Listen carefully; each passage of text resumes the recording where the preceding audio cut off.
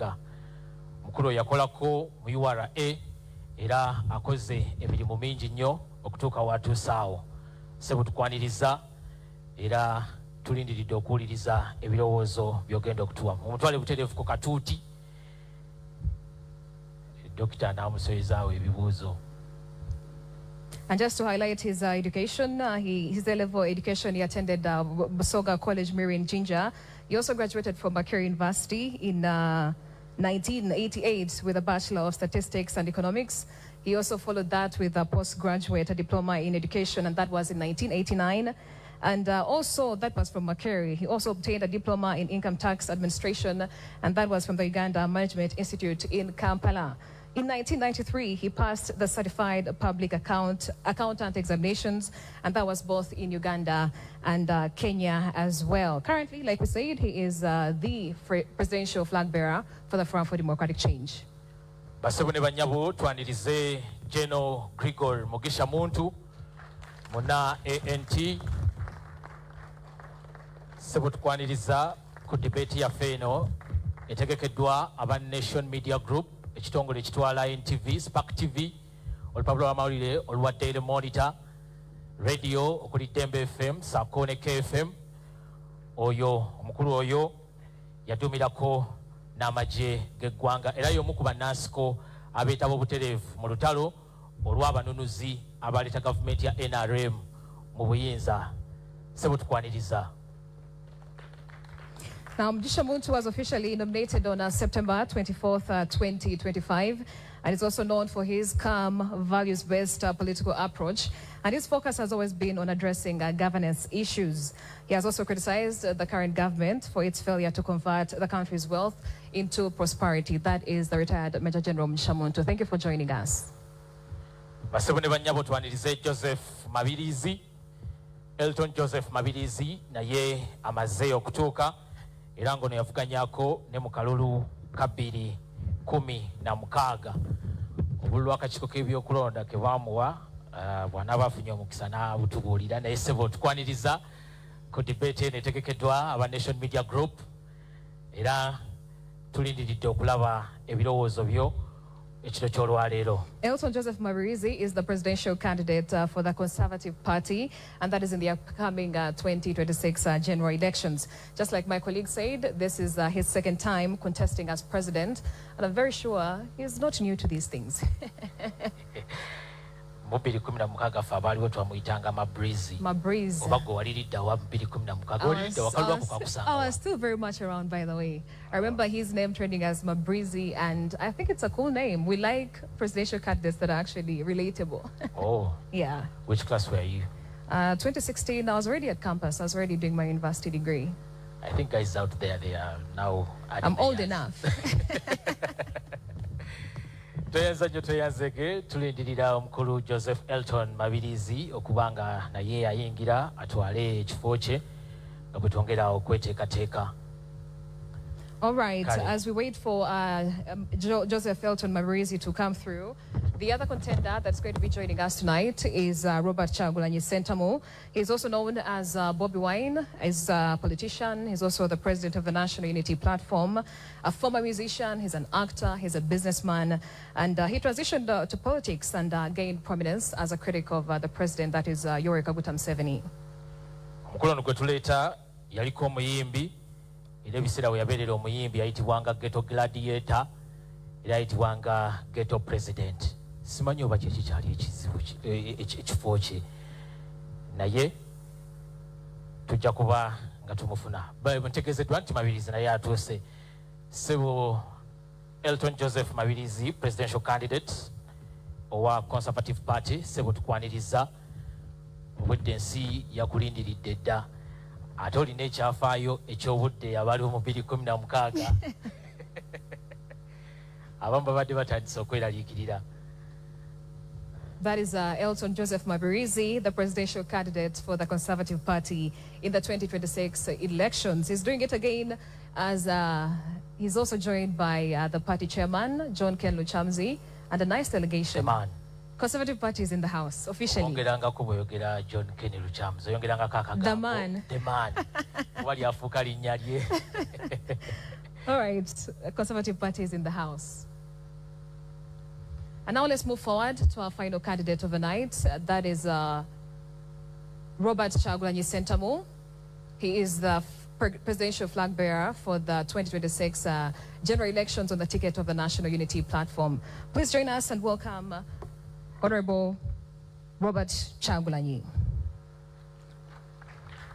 Honorable Robert Kyagulanyi Ssentamu bw'atuuka tubategeezezza nti yaliko mu kisaawe eky'okuyimba era nakati akyakirimu. Nnyimba empya zikyajja nnyingi nnyo, tutera okuziwulira weewaawo tezizannyika ku TV bannange. Munaatusonyiwa, muyinza okuzitubanja. But his political journey actually started in 2017 to 2021 when he represented Kyadondo County East, that is in the Parliament of Uganda. There were some things that happened there, so we won't dwell on that.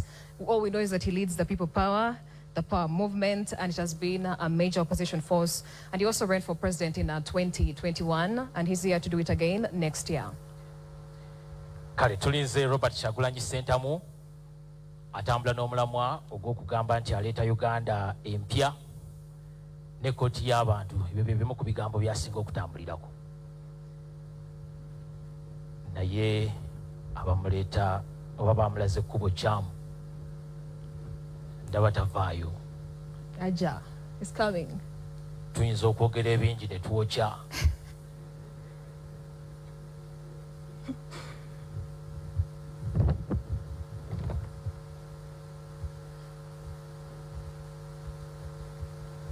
Kale ye Honorable Robert Kyagulanyi Ssentamu abasinga obungi gwe bamanyi nga Bobi Wine, President w'ekibiina ki National Unity Platform. Amukulembedde ye Mildred Bedun asoma amawulire ga NTV Weekend Edition.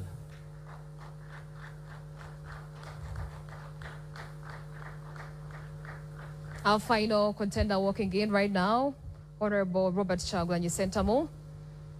He's the president of the National Unity Platform. Doing this for the second time.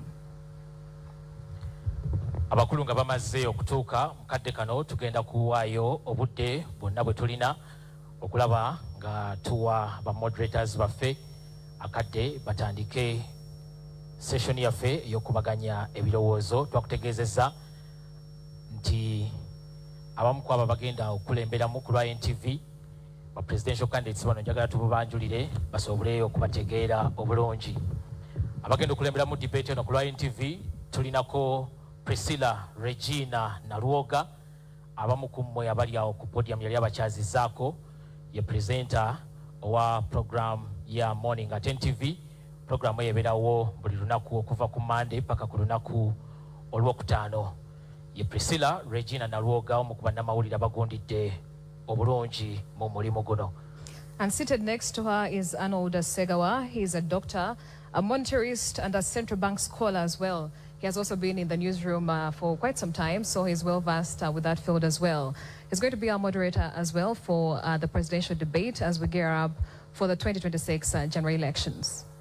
Wa presidential candidate kanyimirire wano musobole okundaba. Nze Aniwal Katamba kakati katubaweeyo eri bannaffe baneeno abagenda okubakulembera mu debate mbadde ne prefer. Over to you, Arnold and Priscilla.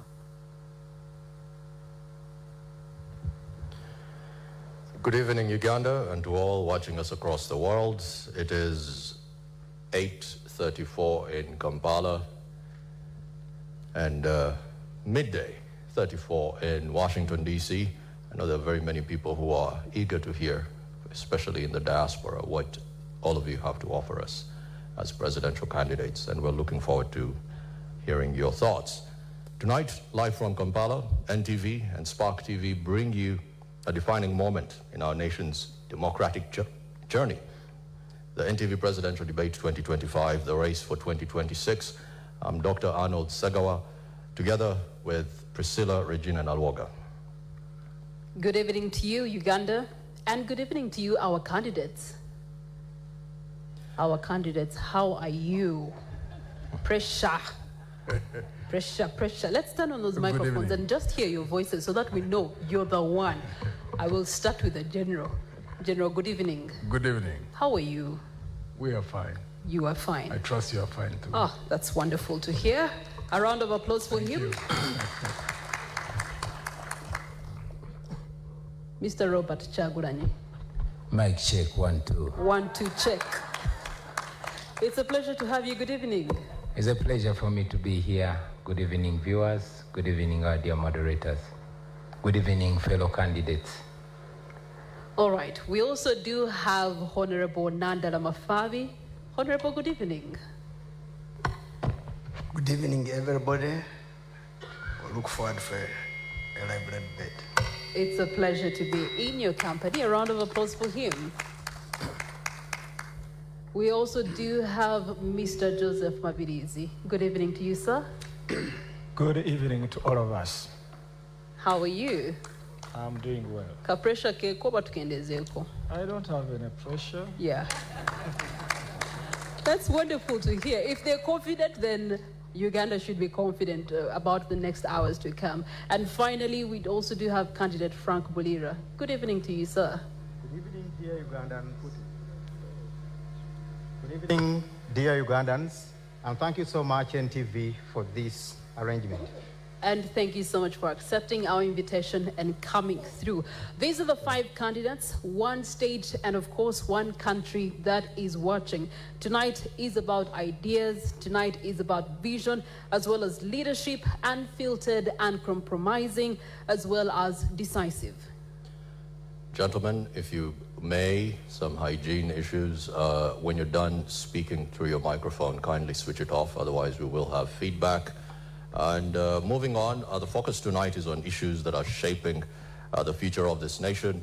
We have infrastructure, ICT and innovation, finance and national development, not forgetting health. And as duly introduced, our 5 candidates are ready, and they have shown us that they're ready to go. There are 5 voices. However, you and I make up 1 electorate.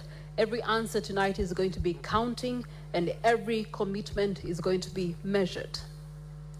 Joining us tonight on stage, we have Frank Bulira. We're going in alphabetical order from your surname. On my extreme right, Mr. Frank Bulira, thank you. Mr. Candidate Joseph Mabirizi, thank you. Candidate Nathan Nandala Mafabi. In the middle, we have candidate Robert Chagulanyi, and last but not least, on my extreme left, candidate Mugisha Muntu. Well, tonight marks a very defining moment in our national conversation. Ugandans from across the country, ever since we began this live broadcast, have been talking to us, and they have been telling us some of the things they would like their candidates to actually pinpoint about. And of course, this has been building up to this coverage from our correspondents in Entebbe to northern Uganda to Mbarara, to the voices of everyday Muna Uganda, each one of them sharing what they are expecting of you, our candidates, as you get to address them as a nation. Now, a short while ago, we were introduced to the 5 candidates joining us today, and we get to regret that 3 candidates were unable to join us on this stage tonight, with the hope that all 8 will be present at future debates. Tonight, we will be looking at 5 themes, that is youth unemployment and jobs. 2 is security, governance and justice. 3, technology and the future of work. 4, infrastructure development and the health sector. And 5, finance and economic development. And as the word presidential debate does say it, each candidate has 4 minutes for your introduction. Each candidate has 4 minutes and 30 seconds allowed to close your submission to every address under everything that we're going to be discussing tonight. And 1 minute will be awarded to you, and maybe 45 seconds to give your closing remarks when the night is done and dusted.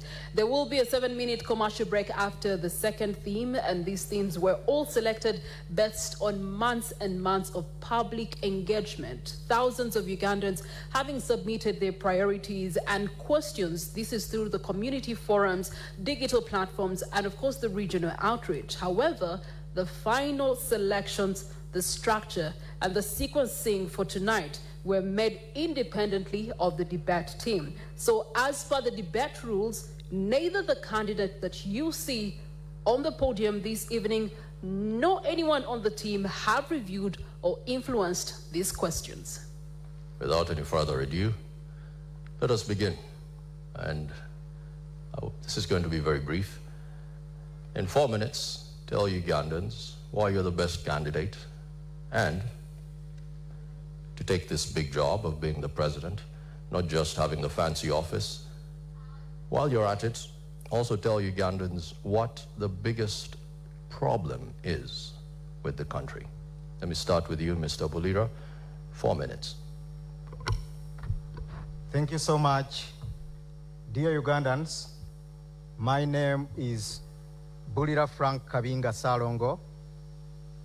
I'm the presidential flag bearer for the Revolutionary People's Party, a party which merged with the Uganda Federal Democratic Organization, which was led by the late Dr. Aggrey Kiyingi. I'm here in the footsteps of the late fighter Dr. Aggrey Kiyingi, in the footsteps of our forefathers who fought for federalism, the Nkwangas, the Andrew Takome Kairas, the Dr. Paul Kawanga Semogereres, the retired Colonel Dr. Kiza Besiges.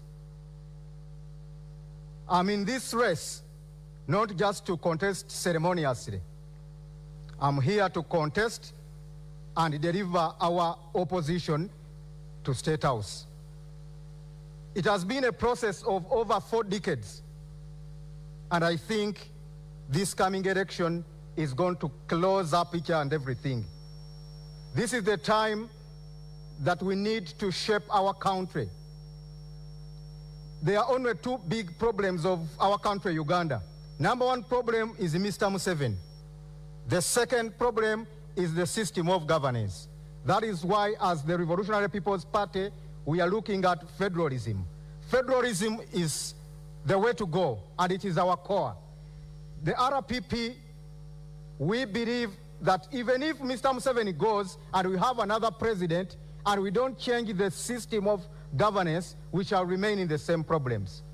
In my first 100 days, that's why I pledge that Uganda is going to go federalist. Bulira Frank Kabinga, I was groomed by the Uganda Young Democrats. I started my politics in Kasubi Church of Uganda Primary School way back during the CA times. I joined Uganda Young Democrats in the second generation after the Dr. Lurume's first generation of UID, the Mabikes. I was part of the second generation, and I was the spokesperson of the Uganda Young Democrats under the leadership of Susan Abo by then. Then I was the students' leader for Uganda Young Democrats until I joined Dr. Aggrey Kiyingi. I joined Dr. Kiyingi purposely because I wanted to remove Mr. Museveni, period. I didn't want to overstay in the opposition. You all much well know that Dr. Aggrey Kiyingi was standing in the true path of changing this country. In fact, if Dr. Kiyingi or Dr. Besigye had been in this race, I wouldn't have contested. Because they are the only 2 people who had solutions to changing this government, who were focused on removing Mr. Museveni and with realistic solutions. We have done enough politicking, and it is now time to remove Mr. Museveni.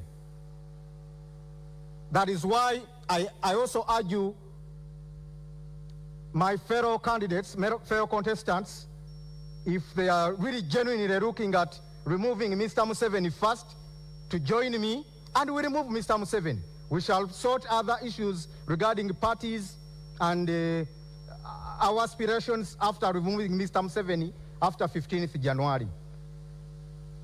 So I'm here, dear Ugandans, presenting myself as your next president come 2026. My campaign was derailed. As you know, Dr. Kiyingi, he was living miles away from Uganda, but he was the most feared man. Mr. Museveni feared Dr. Kiyingi more than opposition leaders sleeping in Kampala and Wakiso. You know that. It's a debate, Mr. Frank Bulira. Your time is up, 4 minutes. But since you want to remove Mr. Museveni, then I ask that you move from your seat and come sit next to these two gentlemen, in between these two gentlemen who have also rightly said that they're doing the same thing. Please stand up and come and sit in between the general and the one who's promising a new Uganda. Though I'm number one, It is okay. We shall decide on 15th. Thank you very much. Each candidate being reminded you have 4 minutes for your introduction. And now we move to the second candidate, candidate Joseph Mabirizi. Good evening once again. My name is Elton Joseph Mabirizi Salongo from Conservative Party, the party which has outlived generations. In CP, we have the uniqueness that we stand for. Number one, it's about the governance, which requires fabrication to come up with something new which can fit in the generation we live in. We stand for regional governments, and when we talk about regional governments, many people will ask, what do you mean exactly?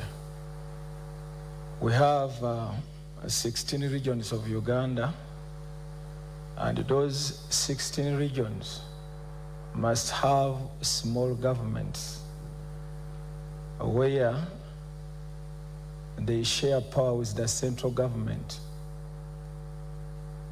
Uganda is like a sinking boat in an ocean. Without coming up with a regional government, we would have done nothing, even if we elect any other leader. So regional governments, this is where power is shared, resources, responsibilities are shared with the central government. And when you come up with such a government, you would have dealt away with so many problems of Uganda that we are facing today. For example, the problem we are facing where all authority belongs to one person, where security is just in central government, where taxes are collected and just go into a small group of people to govern that.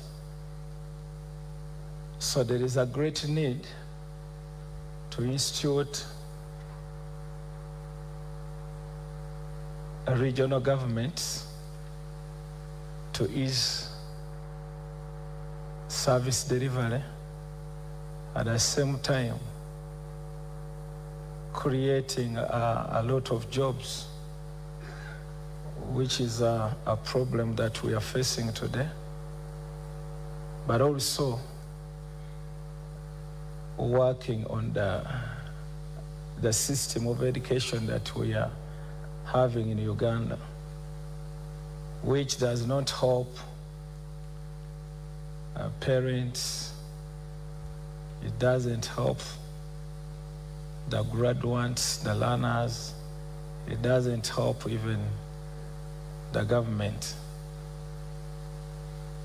The first beneficiary of the citizens or the graduates, it is the government. But when they finish, you find that there are no jobs, which has created a lot of dependence. People who are working are very few, and many many depend on others. Thank you. Thank you. Thank you for that, sir. On to you, Mr. Mafabi. My name is Nathan Nandala Mafabi. I came in this election.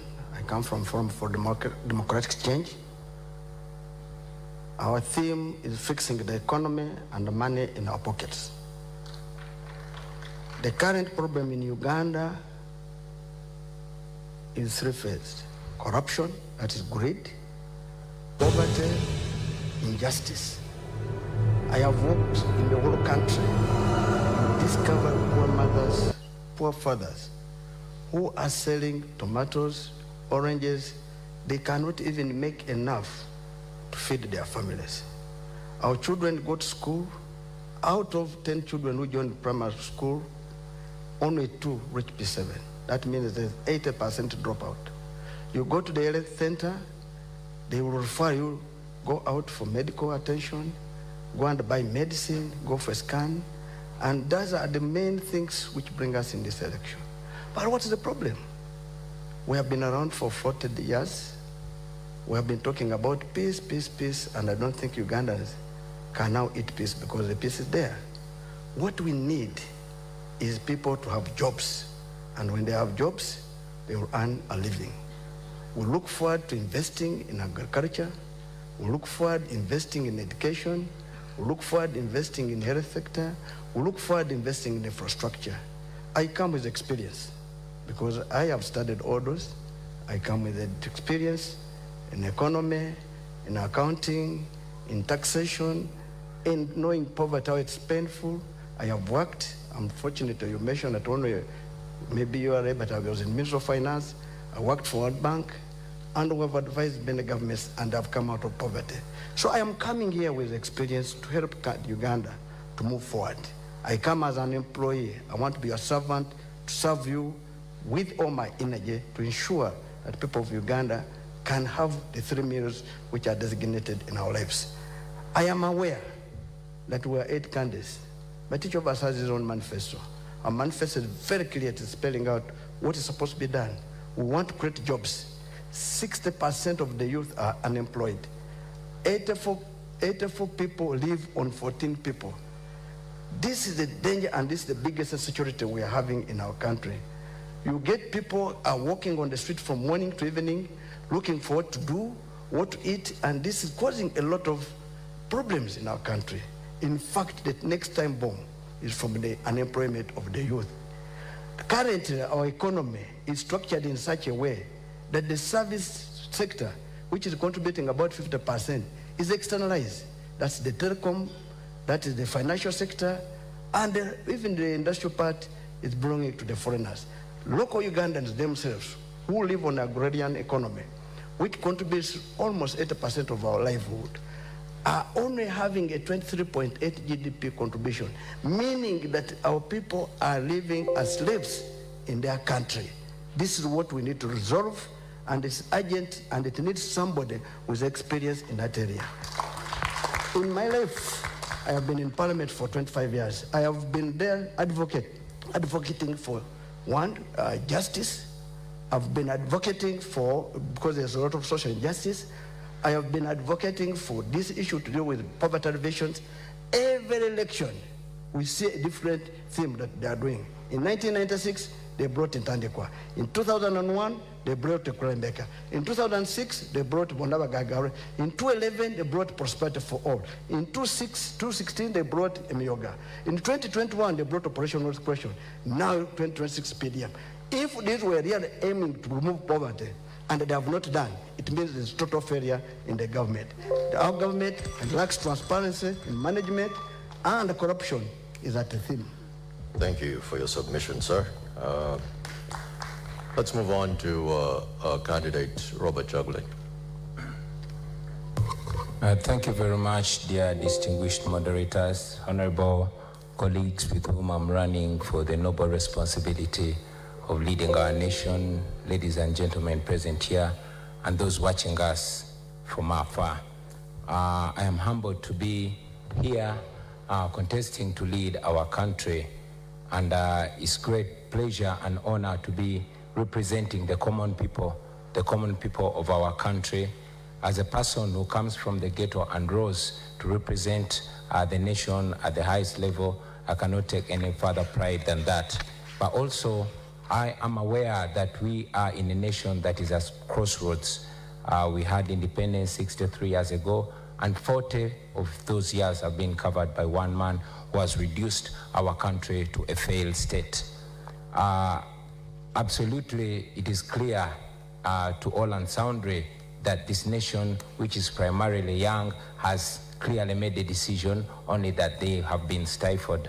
I am aware that I will be taking over a nation where 1.5 babies are born every year, taking over a nation where almost half of the budget goes to servicing debts. I'm aware that I'm taking over a nation that is deeply divided, but committed and ready to unite our country, which we've already started doing. What we promise is a new Uganda which is going to reset. Our country has completely been messed, and it needs to start afresh.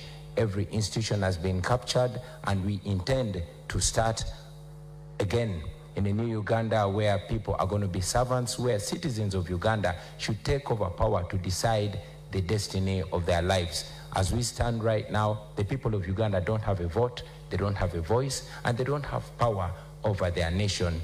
The state has been captured completely, and we hope to liberate not just the citizens, but also those that are leading the country. On a downside, I had really hoped to meet General Museveni here, so I could publicly face him and hear what more lies he has to tell us after 40 years. To hear from him straight the gains he's protecting. Is he protecting the potholes? Is he protecting the rotten hospitals? Is he protecting the broken down schools, the broken down infrastructure? Is he protecting his power and right to torture citizens? I had always wanted to hear that, not privately, but publicly from General Museveni. Anyway, it's all right that he's not here, because he's in the past and we are discussing the future of our country. So I'm very glad, and I hope to share ideas and to teach and learn from our colleagues. But of course, I must assert it that the people of Uganda, especially the young generation, the new generation that I largely represent, is committed to changing their country and to taking back the right to determine their destiny. I am ready and committed to lead the charge to change Uganda, so help us the Almighty God. Thank you. And the final candidate for the evening, with your introduction and why Uganda should believe in your cause.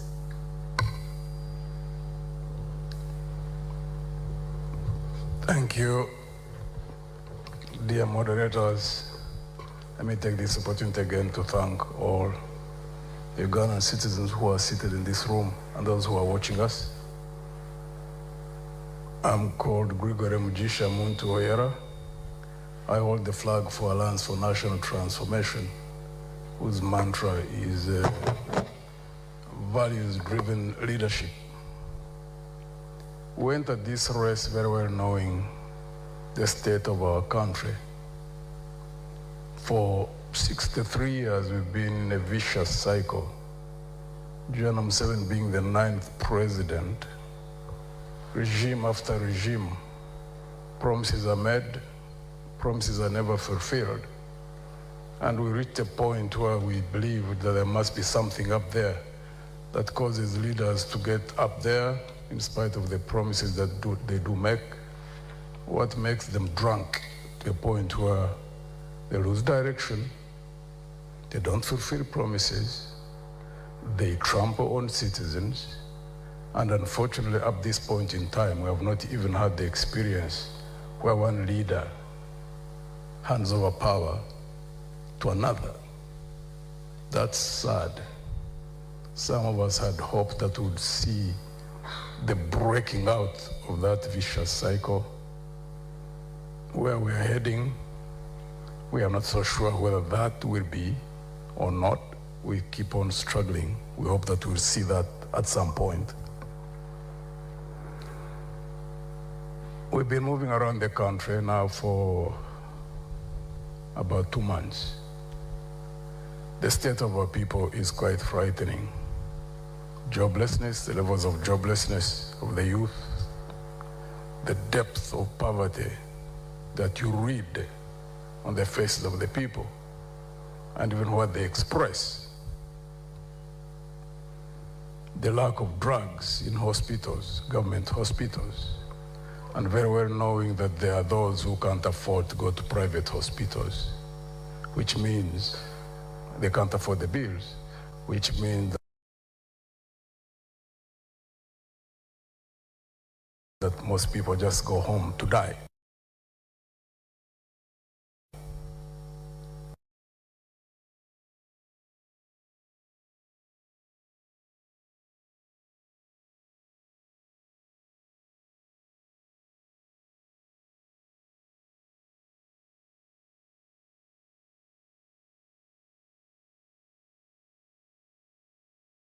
Getting jobs, and the response has been uniform throughout.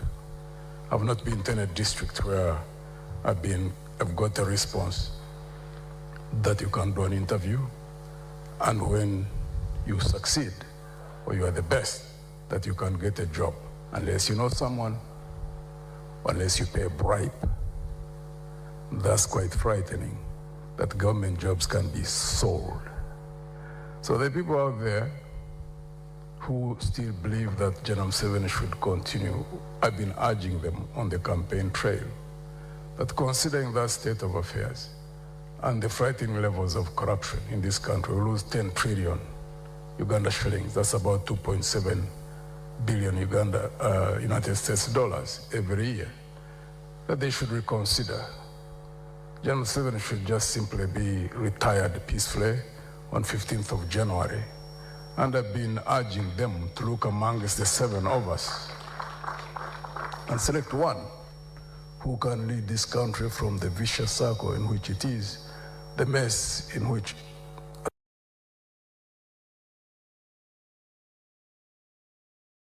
at which we are, also considering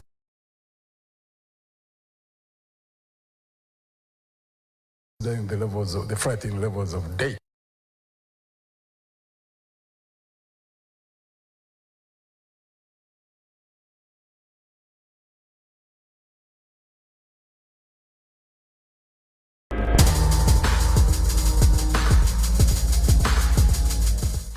As a media station committed to truth, justice, and the voice of the people, we stand firmly with all Ugandans, seeking a free, fair, and peaceful election. To our partners and sponsors, including those running for office, we recognize the weight of your mission and the risks that you carry. Know that your voice inspires millions, your courage sparks hope, and your resilience is a beacon of hope for the next generation. As we go into this critical season, we are watching, we are amplifying. We stand with you and let the people's voice be heard. Let democracy win. Let Uganda rise. Training, youth unemployment overall. When we look to the female perspective, their youth unemployment is also closely higher at 21%. The figures do go on, but each year about 700,000 people do enter the labor market, but only about 34% of that figure is actually absorbed in jobs. Candidate Frank Willier, given these realities, what concrete measures beyond the national employment strategy, beyond the national development plan 4 that we're currently running as a country, will you implement in your first 3 years? 1, to raise job absorption well above 34%. 2, cut the youth NEET rate by at least 10%. And then 3, to ensure that the additional jobs being created are decent, they are formal, and are creating opportunities rather than incurring a lot of pressure on the informal sector. Yeah, thank you so much. First of all, surely poverty is everywhere, but our case as Uganda is so worrying. Just as I said, we can speak a lot, but the biggest problem of Uganda is Mr. Museveni and the system of governance. Those are the two biggest problems, bringing about youth unemployment, growing at the fastest rate, and people losing hope in their country and in the future. As the Revolutionary People's Party, under the new federal arrangement, remember, after 15th January next year, in the next 2 weeks, Uganda will be announced as the new Federal Democratic Republic, governed under the 16 federal states, taking charge of their wealth. The Revolutionary People's Party is going to take the jobs closer to the people, where they stay. Gone are the days when everyone has to come to Kampala looking for jobs. People going to kneel before Mr. Museveni to get survival, including ministers, public servants. You have to meet Mr. Museveni in order to survive, in order for your child to be given a bursary. The federal arrangement is going to take back the jobs in the areas, the 16 proposed federal states making up Uganda. First of all, we are going to introduce the Federal Economic Empowerment Program. The Federal Economic Empowerment Program is going to replace these failed Bonabagagawales, parish development models, which are just enriching NRM cadres and RDCs, swindling taxpayers' money, the Operation Welfare Creations, just helping soldiers to build more mansions and build arcades. They are all going to be scrapped, and the Federal Empowerment, Economic Empowerment Program is going to look at the Ugandans in Sebei are going to be placed in the cement factories, where you even have truck drivers who are Chinese, in Kaserem, in Kapchora.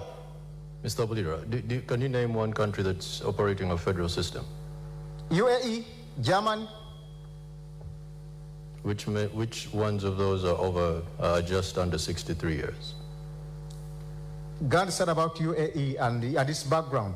There was a time when Uganda was far ahead of UAE. You remember that one time Idi Amin Dada gave food aid to UAE when the current president was the father of the current Sheikh Al Maktoum.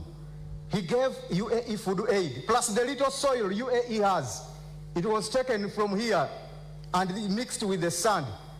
UAE, every tree in UAE and grass has to be irrigated in order to live for a day. I worry, but it is the capital city of the world right now. Uganda would be so far better if we had gone federal. I worry you might not know that much about federalism, because the best example, according to you, the United States of America, which is operating on a federal system.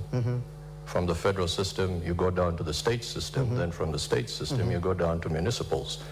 So I worry that you want to implement something that you're not very savvy with.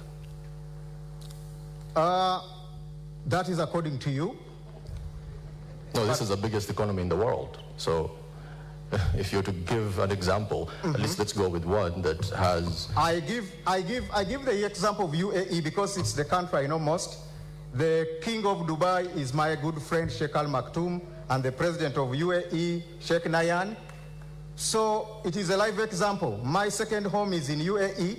I've admired a lot from UAE under their arrangement, whereby you don't need to go to Sharjah when you are in Abu Dhabi to get a service. Everything is in a different is well catered for in a particular federal state or province.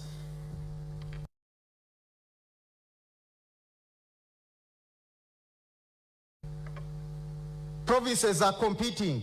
When Abu Dhabi builds a big skyscraper, Dubai will bring Burj Khalifa.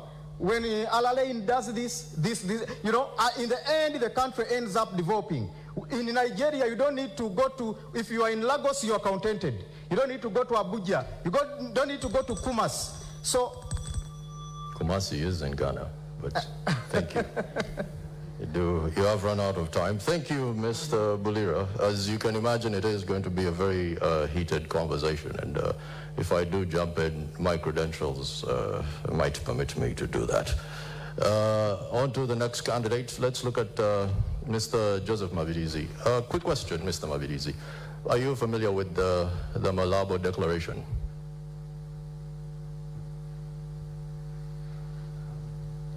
Could you kindly switch on your mic?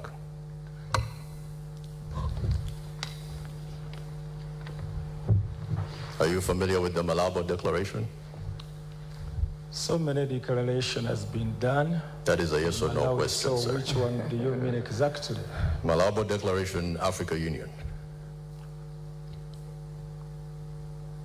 Are you familiar with the Abuja Declaration? Which one in particular? Because several of them, there are several which has been done. I wouldn't want to eat into your time. Are you talking about the climate one? Are you talking about which one are you talking about? Okay, let's talk about agriculture. A declaration was made where 10% of revenues going through this fiscal plan when it comes to spending of any nation that is privy to the African Union spends 10% of their revenue on agriculture. As you can imagine, Uganda does not do that. That being said, what would you do in your first few months as president of Uganda to fix that? We have a very big plan about agriculture infrastructure, where we want to encourage much of small-scale industry, where people can use simple machines in agriculture. Like hoes? When I talk about simple machines, I know even a hoe falls under that, but there are other machines which are not big tractors, and those ones which are operated just with small engines. There are those ones which are operated manually. They just push them. So there are so many. So I'm not talking about only a hoe. I'm very confused. Are we talking about combine harvesters? Are we talking John Deere? Are we talking, I'm very confused. Going back to plowing with oxen, which one is it? Give me something concrete. They are tractors, but now I'm talking about the simple machines which use these simple engines, which are affordable. They don't consume a lot of fuel, and they are being used in Malaysia. Right. So you can visit Malaysia, because for me that's where I saw them. So that's what I'm talking about, that once we trade that and bring it into our nation, we would have helped a lot in agriculture. But you're addressing something different, because what this declaration say is to have 10% of your GDP. I understand your question. Give me time to answer. Please go ahead. If you want me to answer your way, then it's something else. Please proceed. I have my way, and I can pass either way to answer you. So you want me to give the answer you have? Huh? I have my own answer. So, you know, I told the person who contacted me that let me hope you are taking me into a debate, not something like questioning you, then you answer this, someone asks another question to take you off. So, what I was saying, there is a need to get that into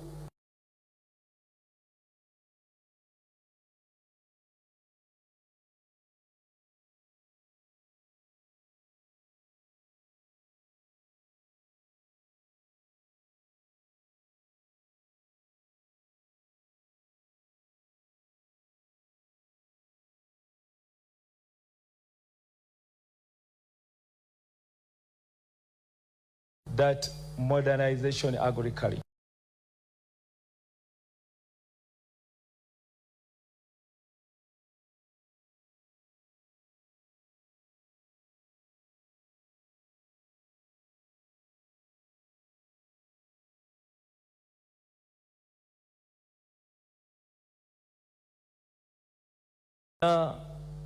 Regional governments, they are responsible to institute and put into practice what fits their region according to agriculture. So it will be the responsibility of the regions sitting and deciding even what the declaration aimed at may be less. Each region will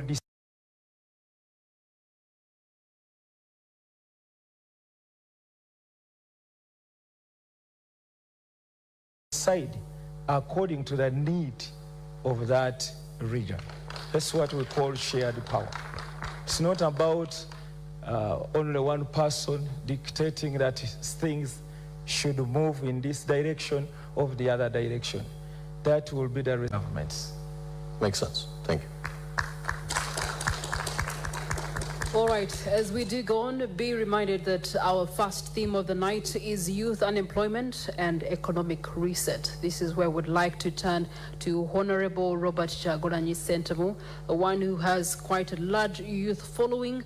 These are young boys and girls who need technical skills that are primarily scarce in our country right now.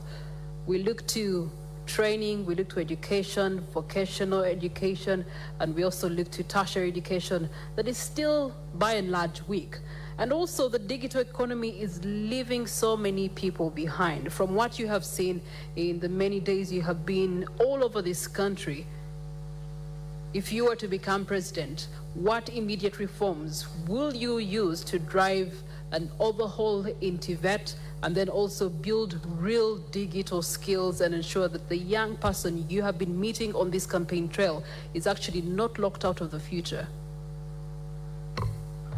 Thank you very much. And I'm glad you mentioned that indeed we've been traveling all over the country.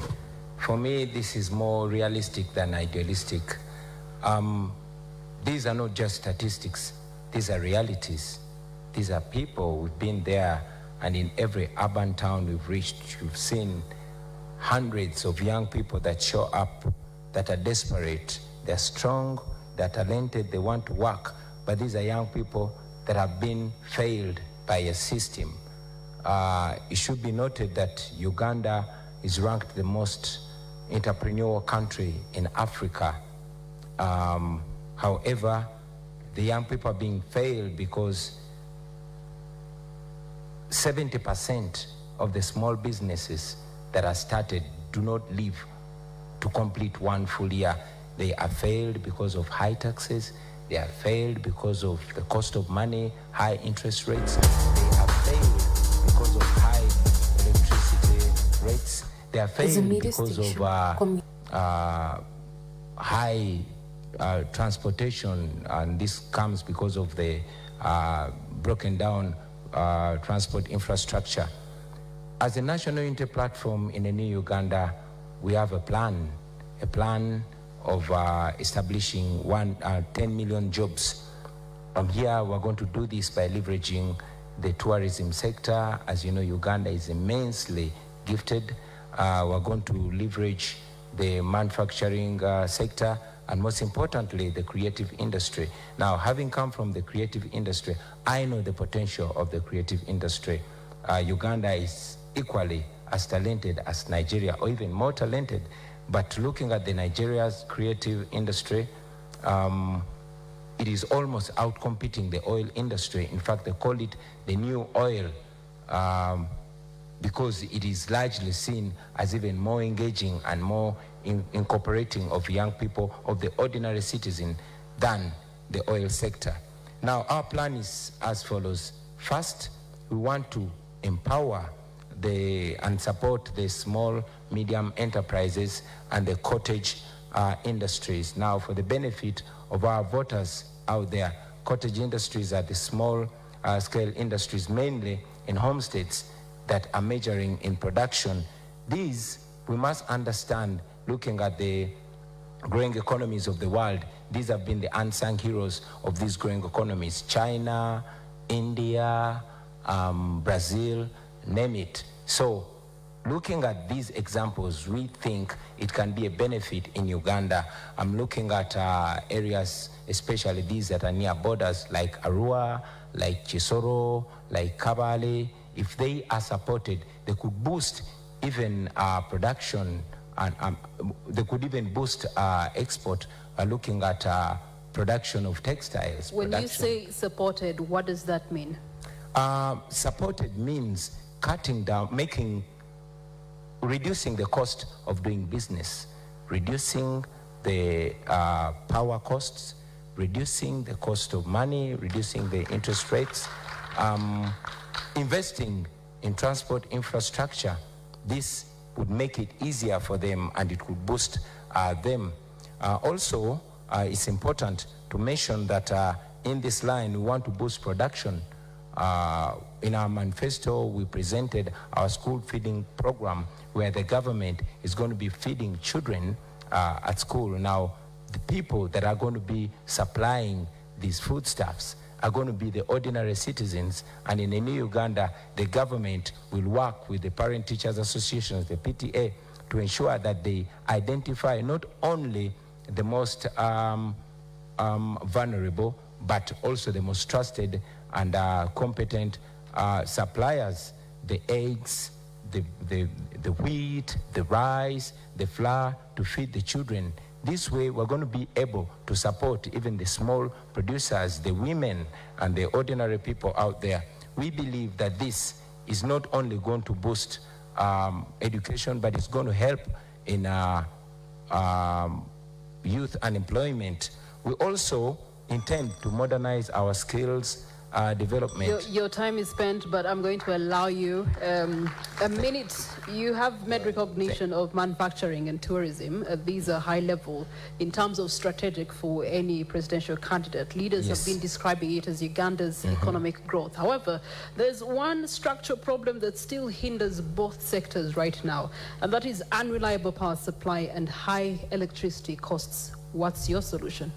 Well, the high electricity costs can be renegotiated. As government, we can go as far as renegotiating with Bujagali to ensure that the power comes down, because that is what is going to help the productivity. There's one thing, if you allow me also talk about, that's the exploitation. The current government prides in youth employment, where mainly the industries that are owned by foreigners actually exploit the citizens to an extent that young Ugandans are paid as low as 3,500 shillings a day. Now, I was in Parliament in 2019 and we passed the minimum wage bill. Unfortunately, General Museveni refused to sign it. Now, we are going to reintroduce it in a new Uganda, and I will sign it because I will be president. Thank you. Thank you for that. Let's move on to candidate Nandala Mafabi. I've been going through your manifesto, which is quite fascinating. There's something that you mentioned, cooperative-led agro-industrialization. You're familiar with that. And here you do target tea fertilizers at 30%. Explain to me how this sizzles into working on the youth unemployment problem in the country. Thank you so much. First of all, Uganda is an agricultural country, so it's an agrarian economy. And the youth we have currently, if I give you an example, most of them are living in schools, or they have dropped out of school, but they don't have land. They cannot be able to go on the land to till it. But agriculture employs about 80% of Ugandans. Now, as a government, which should be serious government, should ensure that Ugandan citizens are employed. We're looking at skilling the youth, and you skill them in what you have. For example, we skill them in agriculture, we skill them in construction, we skill them even in ICT. Now, if you skill them in agriculture, that means you are trying to modernize agriculture. And if you're going to modernize agriculture, this youth will be employed in those sectors. I can tell you agriculture can go ahead to employ the biggest number of people. What do you do there? You produce what we call agro-processing. And if you go for agro-processing, those are industries and related industries. And when you bring agro-processing, the youth who have studied or who have not even unskilled ones, but you can skill them, will go and work in agro-processing. And that's creating jobs. And I can assure you the biggest now where we can create jobs currently is in agro-processing, in the agriculture. And Uganda has an advantage. As I said, God has given us the best weather. You can grow anything. Now, for example, here we used to have 4 cash crops. And the cash crop meant where we used to get cash. That was coffee, cotton, tea, and tobacco. And the cotton you are raising, it is called, the cotton is called white gold. Now, what has you talked about tea. The tea is called magnetic money. Now, the tea, you see, right now as we speak, the soils which have been growing tea have been taken to do other things. But why we're talking about fertilizers, you need to boost that land to grow more tea. And currently, even the tea which they are growing, there's a lot of debt which they have not paid farmers. And the farmers are getting discouraged. A good government should not make farmers get discouraged. What should be there should be a mechanism whereby if there's overproduction, you have stores, that is called silos. You must be the one, be the catalyst leading the marketing processes. You must be the one even trying to call incubator industries, whereby you can create an industry and hand over. I'll give an example. I didn't fear. Total Uganda, which was, I think, an international policy, they came with a policy of saying younger dealers. What they did, they would give a young man or young lady a petrol station to run, but they would give him fuel to run that petrol station. They would be deducting the margins, but leaving him or some money. Give him a period of about 3 years. They say you must exit, so that they bring another new dealer. And the purpose was to train them how to manage business. Many of them got out and have built their own petrol station. They're up there. If government of Uganda did the same, to do incubation like that, whereby we pattern, even with the private sector. Another example I can give in the next way. If a company employs disabled people, it gets the tax deductions from all this tax. If government of Uganda wants the youth to be employed, they will be employed. How? You go and say, you employ this youth in agriculture, you will have the following. 1, tax exemption or reduced tax. 2, you will be given some facilities because the youth will be working and earning a living. The tax deduction and what you are giving is creating the young man or young lady to be employed. I can tell you, agriculture is one of the places we should invest more money whereby we can have our youth employed. You talked about... I know you're running out of time. I just want you to touch on this, right? Having worked for the World Bank, Rwanda does a very good job in Nyungwe with the tea processing. How would you use that example to address that? I just want you to help us on that. That's actually a positive, because I'm listening to a lot of sense here. Come again? Rwanda is growing a lot of tea in the Nyungwe plantations, and you, having worked in the World Bank, I know you use a lot of case studies. How would you use some of their examples with your experience to make the tea plantations better here? Are you aware the Rwanda copied our proposal, which was made by Uganda? This is why I want So you I'm trying to say that what Uganda is very good at writing proposals, but not good at implementing them. I am trying to tell you that this what I'm raising can be done. Tea can generate money, tea can generate jobs. Because I'm saying that when we, first of all, the tea farmers will get money. The processors will get money. The transporters will get money. What I'm trying to say that if our target is to invest in tea, which we are putting in our manifesto, those tea growing areas will be, we have talked about subsidizing fertilizers, putting, you see factories, when you're trying to do a factory, you lead. Because a person going to the bank to borrow money is more expensive. But the government can put a factory and hand it over and tell these people after a particular time, you will have paid the factory for and go away. Currently in our country, I will give an example. There's a gentleman who was involved in the tea industry. What he did, he even borrowed money from a money lender. Well, you know Uganda now is being led by money lenders. What happened, the cost became high. He took my minutes. Please. Kindly, yeah. He took my minutes. Listen to me. So when he could not pay, of course, there was a lot of loss. Our country has been done in such a way that cost of capital is too high. And because even the reason why cost of capital is high is because of government. The biggest borrower is government. So it crowds private credit. And so when someone goes to the commercial bank to borrow, they will say, no money, or they give you at an expense, maybe with more conditions. Now, what I'm trying to say, in the tea sector, if me become the president, I will tell you that it will be a deliberate effort to put industries, to put processes, so that credit, which should have been somebody going there, will be given by government beyond leading it, so that we create jobs in that sector. Fertilizers will be given on subsidies. And I can assure you the tea sector is the best now, because initially we had 4 of them, 4 ranking in. Tea can even overtake coffee. But of course, coffee is still high.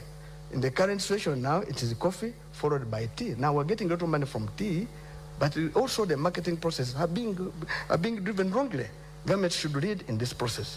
I can assure you, I believe tea will create jobs and will make our youth be employed. All right, thank you so much. Staying matters agriculture, our national anthem does pride in our agriculture backbone, good climate and fertile soils. Gregory Mugisha Muntu, many households are remaining in the subsistence economy right now as we speak, mostly in subsistence agriculture. You do have the standing current government prioritizing agro-industrialization, manufacturing with the incumbent, ensuring that there's a spread out of business and investment parks across the country. But there's also the element of tourism, construction, trade that are low-hanging fruits. Oil and gas have been promised that next year it should be bearing us some fruits. There's also works and transport. All these to acknowledge that there's a high failure rate of youth-owned businesses without systematic support in those particular sectors.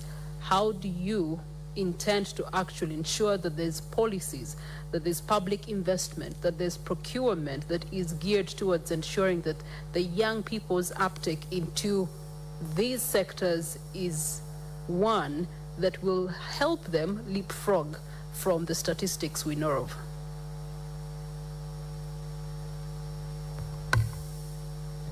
The measure of development of any country must be reflected in the development of the people first and foremost. In Uganda, where 70% of the population is in agriculture, fisheries and crop as well as the dairy industry, you have to focus to lift those people from the levels at which they are. And one of the things which is absolutely sad right now is that there was a total breakdown of extension services. And also, credit is very expensive.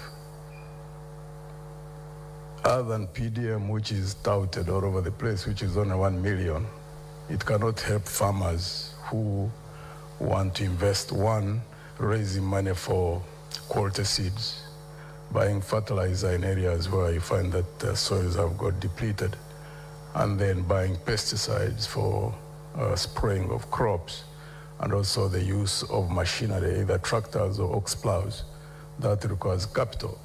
And most of these peasants don't have access to capital, and all cooperative unions were literally broken down. It is very amazing that there is actually one fund. It is small, it's not big, the agricultural credit facility, which is given by Bank of Uganda through commercial banks. In the 74 districts where I've gone, I have asked in about 8. It's only in one district of Nwaya where only 2 people raised their hands who were aware of such existence of such a fund. Now you can imagine, this is an agricultural country. There is a regime which touts PDM, which is on 1 million. And yet the fund which could have helped those who are in agriculture would go into agro-processing. People are not aware of it at all. And it's at 12% per year. Farmers cannot survive on borrowing from commercial banks or borrowing from SACCOs at 30%, 35% and above. It simply can't happen. And therefore we propose to increase agricultural credit and expand it and sensitize people, and also ensure that we either direct or working with the private sector to establish tractor hire services in areas where they still have large chunks of land. That is only in Lango, Acholi, Teso, where you find peasants who still have, or subsistence farmers who still have about 10, 15, 20 acres. Now, the other areas where people are still on about 1 acre, 2 acres, that's a totally different approach that will be used. And there also needs to be cheap credit in terms of low interest rate, long-term repayment period for agro-processing. Because agro-processing, once you establish industries successfully and expand them, they become a market for those who are in subsistence farming. And also in the area of tourism, say low-hanging fruit. But Uganda is one of the countries in the region which doesn't advertise Uganda or market Uganda. I think the countries which aggressively market the countries is Tanzania, Kenya, and Rwanda. Uganda has entries about 1.2 million tourists who come in.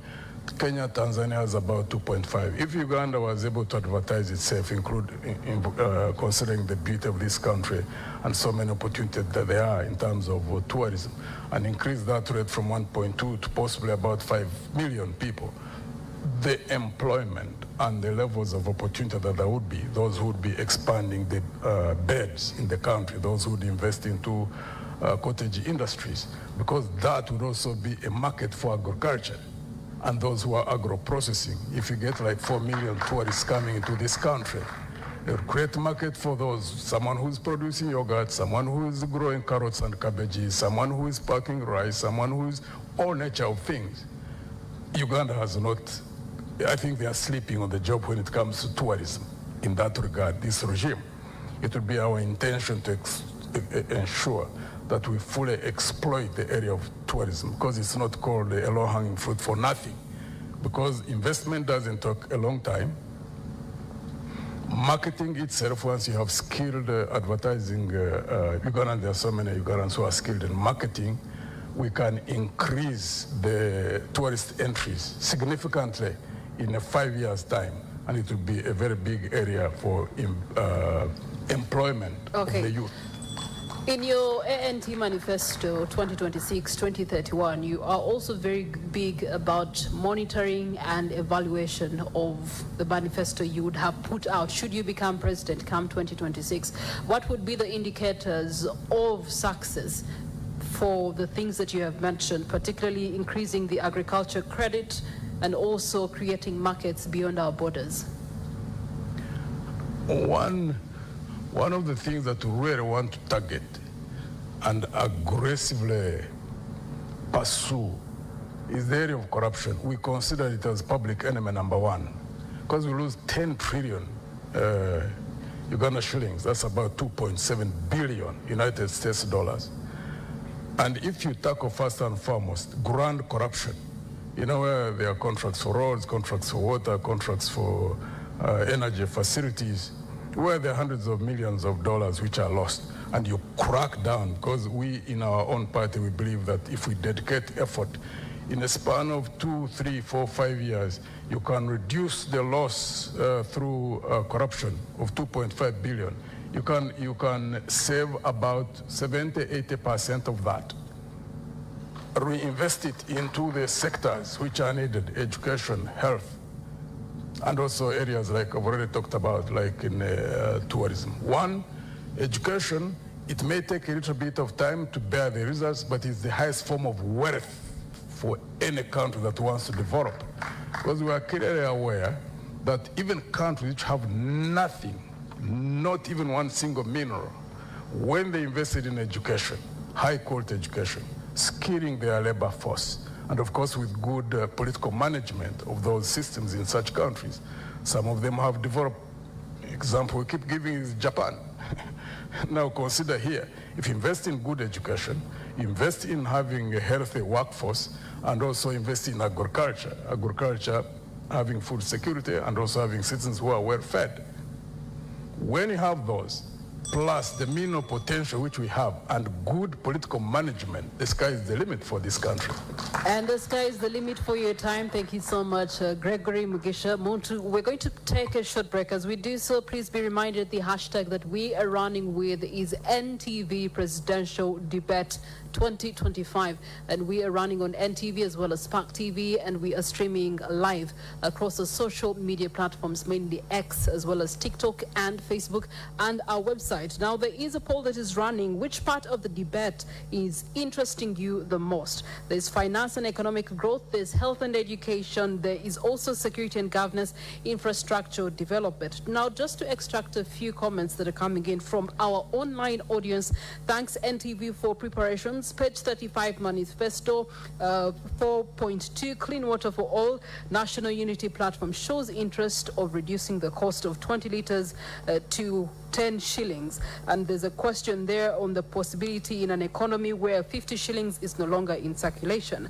There's also one that has commented here, WAPS on X says, what are the specific national laws, regulations and doctrine that a government that has power can actually use to ensure that there's a security, particularly regarding the arrests, the detentions, and the use of force and the such that is happening. Basically, what we have been seeing in the most recent days as far as security and stability is concerned.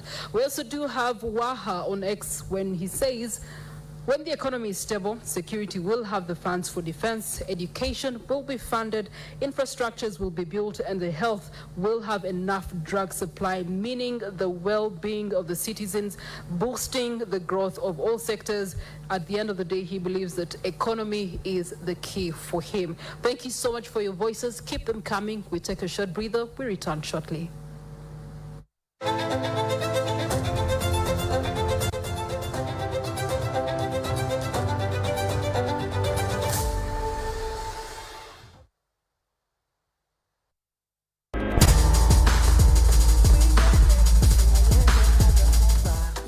As a media station committed to truth, justice, and the voice of the people, we stand firmly with all Ugandans, seeking a free, fair, and peaceful election.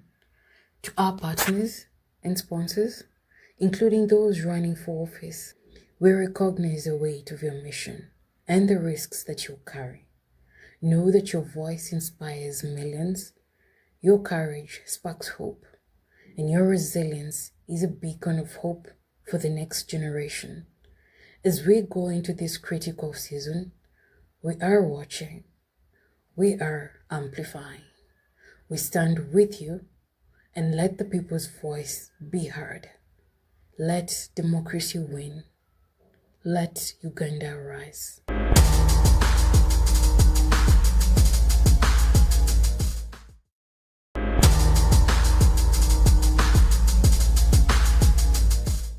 As a media station,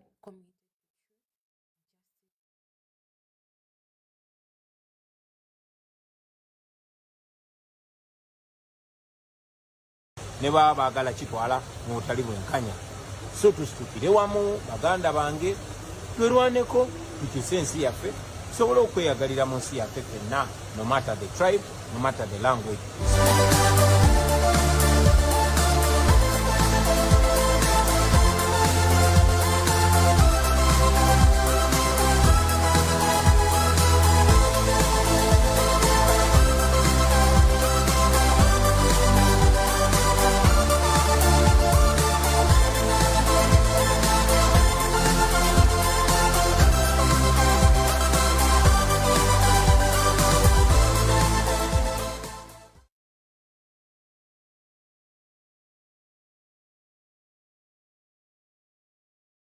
So, mwena mutwegatteko tukyuse Uganda tusobole ogyeyagaliramu, kuba ne bw'oba oyogera olulimi lwe lumu nabo tekigenda kukutaasa bwe baba baagala ekikyo ne baba baagala kitwala ng'otali bwenkanya.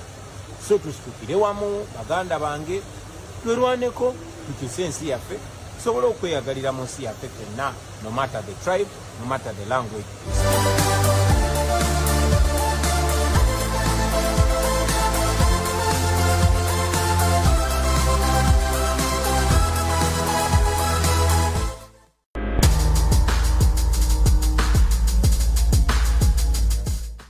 is a media station committed to truth, justice, and the voice of the people.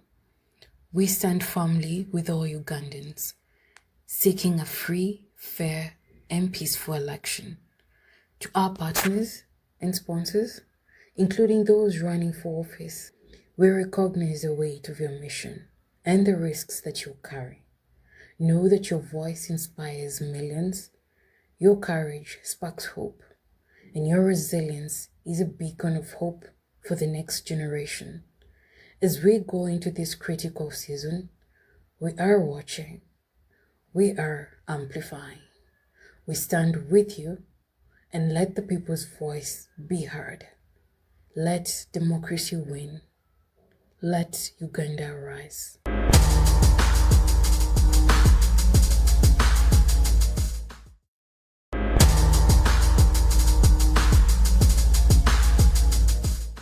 Is a media station committed to truth, justice, and the voice of the people.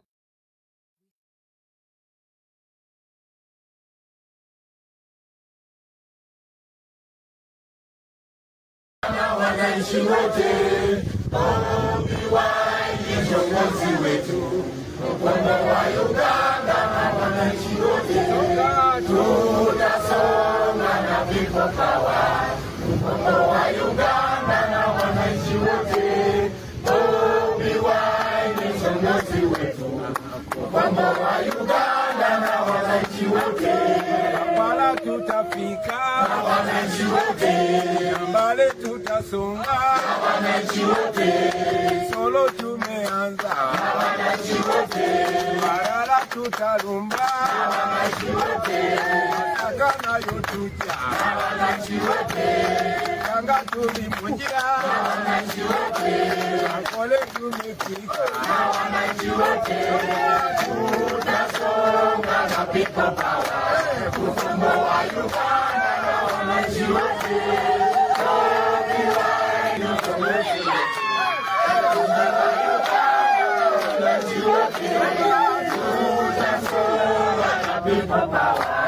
Kukombo wa Uganda na wananchi wote, ni viongozi wetu. Kukombo wa Uganda na wananchi wote, tutasonga na people power. Kukombo wa Uganda na wananchi wote, ni viongozi wetu. Kukombo wa Uganda na wananchi wote, Kampala tutafika, wananchi wote, Kadondo tutasonga, wananchi wote, mara moja tusonge, wananchi wote, Arua tutafika, wananchi wote, Barara tumeanza, wananchi wote, Soro nayo pesha, wananchi wote, Wajosi wetu ona, wananchi wote, Fatima tutafika, wananchi wote, Uhuru tutapata, wananchi wote, Sindi tutapata, wananchi wote, ni viongozi wetu. Makombo wa Uganda na wananchi wote, tutasonga na people power. Makombo wa Uganda na wananchi wote, ni viongozi wetu. Makombo wa Uganda na wananchi wote, people power.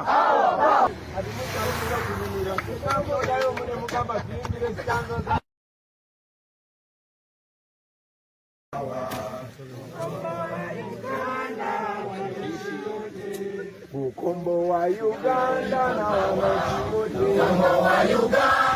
As a media station committed to truth, justice, and the voice of the people, we stand firmly with all Ugandans, seeking a free, fair, and peaceful election. To our partners and sponsors, including those running for office, we recognize the weight of your mission and the risks that you carry.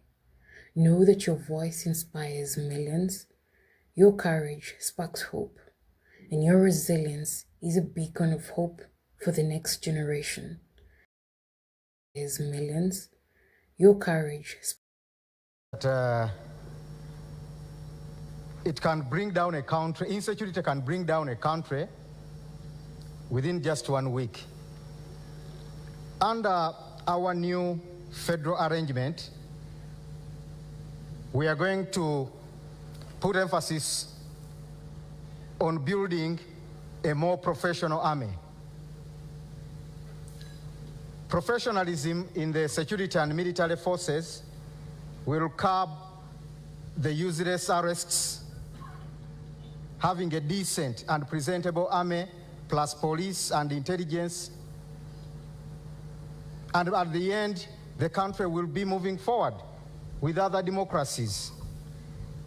As the Revolutionary People's Party, we are looking at having a police and intelligence services that don't persecute or torture citizens, but rather help in building the country and bringing about sanity and following the Constitution of the Republic of Uganda. We are looking at strengthening community policing and improving the welfare plus training of our police force. In fact, the RPP is going to change the name of Uganda Police Force to Uganda Police Services. Police, it is supposed to be a service, like in other countries. It is not to be, we are going to demilitarize the police force. The police force, make it a police service, just as it is in Zambia and other countries. Police is going to be a service, not a force. Mr. Museveni did it deliberately to call it a force and keep it, calling it a force so that it can be used to cause brutality to innocent Ugandans. So we are going to change the name Uganda Police Force to Uganda Police Services. Then, I'm sorry, I'm not using a lot of English. The English, too much English will come after swearing in. Right now, I know the people we are communicating with.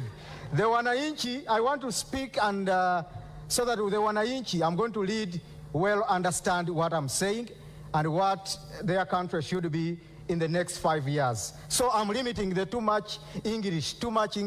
It won't help us. Right now, we want to remove Mr. Museveni, bring back sanity in Uganda. The rest will come. So the Revolutionary People's Party is looking at having a force that will be focusing on internal security mostly. We shall not deploy our military forces out of Uganda on useless battles. Our sons and daughters have died in Somalia, South Sudan, in useless battles.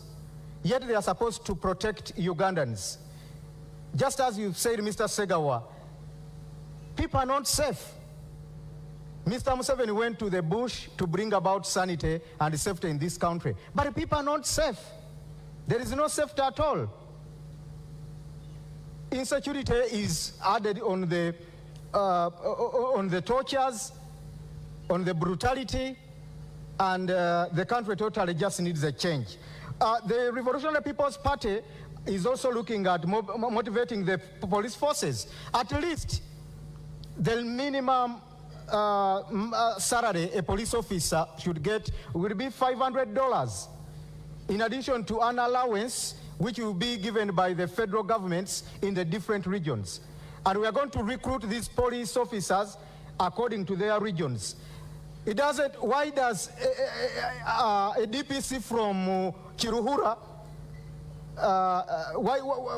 someone is from Kiruhura and is a DPC in Kapchora? Someone is from Bushenyi and is a DPC in Gulu, as if there are no Achoris who can be DPCs in those areas. So we are going to make sure under the new federal arrangement that we recruit police and position the police ranks according to the different regional setups. This is not sectarianism, but it is someone who would well work on, will well serve his people diligently when it's coming from that particular area. We shall have a force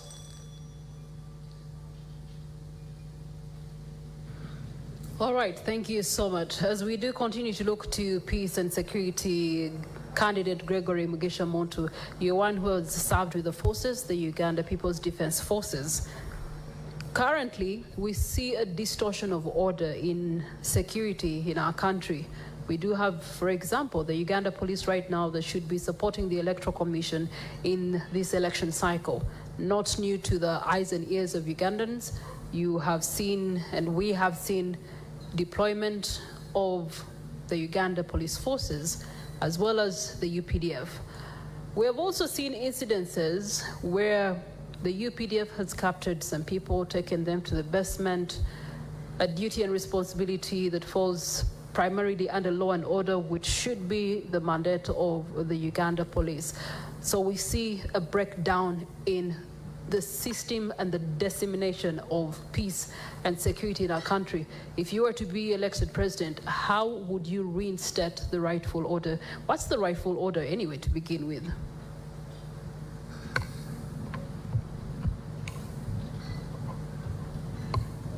You cannot effectively deal with the security problems of the country unless you deal with the political question first.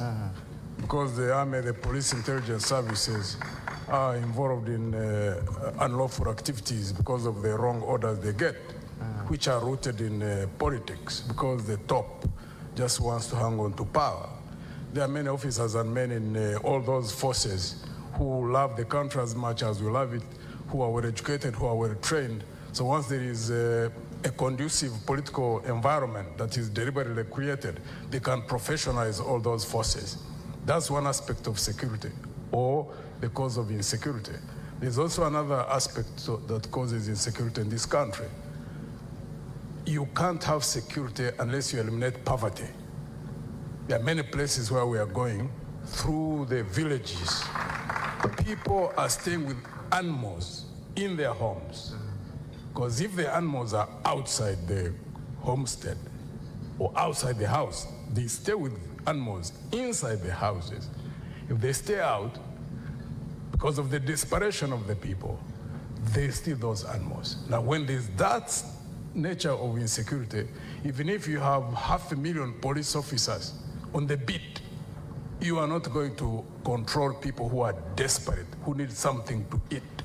And therefore, the only way you can tackle that form of insecurity is to invest in the lifting of people from the levels of poverty where they are and ensure that they have got the means to cater for themselves and their families. 2, issues of justice. I hear those in the regime normally talk about peace, talking about stability. Peace is not the absence of conflict, it's the presence of justice. So justice and stability and security are more or less interrelated. Now, if you use the army, police services, and intelligence services in a state where there is no justice, yes, you can clamp down on people, but know that you are creating conditions for an ultimate situation where there will be an explosion. Basically, it will be sitting on a time bomb. And we have seen countries which have effectively done that, clamp down on people because of the police and intelligence services maintaining control over the grievances of people. But normally there's an explosion. That's not a direction we should be moving towards. And therefore, under our government, one would want to deal first and foremost to ensure that there is a leadership that follows the law, the Constitution and the law, because that's also a form of security for those who are in power and also those who may not be in power. But once there's that realization in those who are in power that you must operate under the law, then it secures you in the sense that you don't even fear to leave power. Because when you leave power, when you have been operating under the law, you know that you are in the clear. You are not going to be harassed by anybody in terms of reprisals. So to us in Alliance for National Transformation, that's key. As they say, a fish rose from the head. You must have a head up there that is able to understand the dynamics of governance, the dynamics of security, the dynamics of creating an environment in which the best Ugandans who are in those forces, like in the army, there are many Ugandans out there really who do the best that they can, but because of wrong political orders, they are exposed to doing wrong. It's unfortunate, it is sad, but I would like to believe that we are almost seeing the tail end of that kind of situation in our country. Okay, they always say the fish rots from the head. Yeah. Let's borrow an example from our neighbors in Kenya. In 2010, they decided to change their constitution. One of the things that they were trying to remedy was the reduced presidential powers and also introducing stronger checks and balances towards governance and democracy. If we were to elect you as president on the 15th of January, how would you treat the current standing constitution as it is and the powers that it gives you as president on the day that you are inaugurated? One of the things that we want to ensure that is processed and reestablished within the Constitution is the question of term limits. However, constitutions alone are not the issue, because we have had many countries where they have been the best constitutions, but they're always overridden. Why? Because of the culture. That's why we keep concentrating on ensuring that we get the men and women who not only talk about these issues of governance that we talk about. The Americans say talk is cheap. Any of us can say about the things that we say. Culture, to change culture, you must get people who are in leadership who are acting out of conviction. If you don't get people who are operating out of conviction, I mean, who can't market oneself? We've seen that happen in the last 63 years. That's why our focus is beyond removing what we don't want. We must focus on doing that we want. That's why we focus all the time in Alliance for National Transformation. Because we've seen regime after regime leaving power, and we remain in the same vicious cycle. There are many Ugandans, every sub-region, every religious group, really who care about people, who care about the country. So if you have men and women in a team at the national level, I operate in teams. If it's the will of God and the Ugandan people trust me with power, I operate in teams. First thing we do is get the men and women in all those areas, every ethnic group, every sub-region, every religious group, to ensure that the best are at the core of the management of this country. And then you change the culture. All right, your time is first spent. Thank you so much. Thank you. Candidate Chagulanyi, you've heard, I want to ask you a quick question, yes or no? Then I'll ask you my next question. You've had retired General Muntu say he works in teams. If you were inaugurated on the day, would you be happy to work with anyone on that podium? Yes. Okay. My question is, given that 14 to 17 Ugandans still pay bribes, over 88% see corruption as a concern, tell me, what do you see yourself doing to change our corruption perception index where we sit at 35? I mean, it's terrible. Please ask the question again. So right now, the statistics do show that 14% to 17% of Ugandans pay bribes, and 88% of those see corruption as a concern in the country. What would you do to improve Uganda's corruption perception index, which is terrible? Thank you very much. You see, before we find a solution, it's very important for us to analyze the problem. I think it all begins and ends with leadership, and Mildred mentioned it a few moments ago, that the fish rots right from the head. It all goes back to governance. It all goes back to the political will to fight freedom. As we stand right now, the Inspector General of Government, the IGG, Mulyagonja, mentioned some time ago that the big fish in corruption are always pursued and they hide behind the president. We are in a country where the head of state is the chief priest of corruption. You have seen scandal after scandal, and all the culprits of corruption are protected by the head of state. You saw Anita Among, the current Speaker of Parliament, sanctioned internationally because of corruption, by being protected by the head of state. Just a few days ago, a person that the court actually said had a case to answer on corruption, a minister called Lugorobi, he was cleared.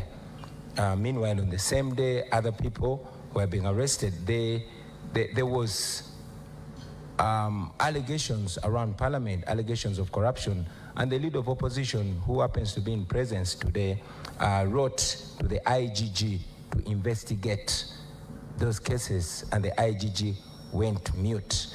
You have seen scandal after scandal in parliament, 40 million bribe, 50 million bribe, 100 million bribe, all in exchange for the passing of classified money to be used by General Museveni, etc., etc. We have demonstrated our stand on corruption with the little power that we have, and we indeed continue to commit to Ugandans that as president, I will lead by example. When the president fights corruption, when the president observes zero tolerance to corruption, it goes down to the ministers, goes down to the permanent secretaries, and all the way down to all government officials. Our commitment will be zero tolerance to corruption. We've demonstrated that, and we will ensure that anybody that puts their hand in public money, the hand will not come out there, but the neck will go there as well. Thank you. All right, thank you so much, Robert Chagulanyi. Nandala Mafabi, if you were to become president, how will you change what Mugisha Moto referred to as the culture? So there's the command culture that we're seeing right now. There's the oversight of security forces, and in the most recent days, as has been pretty much the last 3 electoral cycles, we have seen infringement on rights and freedoms and a fair play ground for all the 8 candidates in the race. Right now, you were 8. You've been able to see what has happened to Mwami neighbor, Robert Chagulanyi Sentamu there, as he was traversing areas of Mukono, Kayunga, the tear gas, and some people, as we speak, are not here with us today simply because of that. If there were some people in your government that were not happy with how you were doing things, how would you deal with them? First, to begin with, security is a cost. Currently, the budget of the current government, security is 9.7 trillion. 9.7 trillion. Instead of creating jobs or investing money in what? Security. And purposely to protect an individual. If you went now on the street, the security you'll get there is not of a gun. You'll get an security of somebody wanting to find something to eat. And that's why we're saying, first and foremost, to deal with the insecurity, you look at 3 things. The poverty, the inequality, and the injustice. If people have what to eat, they will not be on the street. There will be less cost in the security to police them. If there are inequalities, people will want to have equality. And as a government, you should ensure there is quality. Even our constitution is very clear. A country must be developed equally, where those who are less developed are given a special consideration. And this also brings a problem. Injustice. You treat others differently, others don't obey the law, is very dangerous. So what will happen? A good government should follow the rule of the law. And the rule of the law means everybody is equal before the what? The law. Currently, let me go ahead a bit, then I come back to security. Currently, we are getting political judgments. Political judgments. Not getting judgments following real justice. And the first place where people should be dealt with is judiciary. Now, in Uganda, the head of state is the same as the head of government. And you know, government is the one which consists of the executive, the legislature, and the judiciary. Now, he's the head of state, he's the head of government, he interferes in all this. And the first thing to deal with is to reduce the powers of a president. So that's the first thing to deal with. And another thing which for us we're looking at is to restore even term limits and the age limit. Now, what will happen now? If you are not agreeing with somebody, you have no pass as head of state to be able to determine the case. There should be processes to determine. And the judiciary should be the one which works. The parliament should be the one which also works. And of course, the executive controls the police should be the one which works. I believe if police was a real police force, which is supposed to protect the citizens of Uganda, to maintain law and order, it wouldn't be the one to fight the citizens. And that's what we're saying. The police should be a professional police. That applies to the army. The army should be the army which is a professional army, not an army which comes to terrorize citizens. Okay, allow me to interrupt. On that note, if you were to take over power, there's already a backlog in our prisons right now. 89% of citizens are aware of their right to seek justice, but only 17% are able to claim this justice and claim it in time, with only 15% knowing about the free legal aid in their sub-county levels. What are the top 3 justice sector reforms you would actually prioritize in order to deal with the backlog, especially for political prisoners, and disposal of targets, ensuring that this fairness and justice is delivered in real time? Yeah, that's what we're talking about, judiciary. You know, the judiciary does not function. If it is functioning, there are cases in those courts which are more than 20 years old, not decided. Now, those are both commercial cases and political cases. Now, political cases are basically for purpose of making a sitting government to infringe on the rights of individuals. So that's why the human rights organization, the Human Rights Commission, should be one of those enforcing this. The most important is to give capacity to Human Rights Commission, give it capacity, give it resources, and be able to investigate human rights abuses. Number 2, political prisoners, if you are in contestation of politics, it should also be decided in politics. There's no need to take your colleague in prison. If it is now like an election, allow him contest.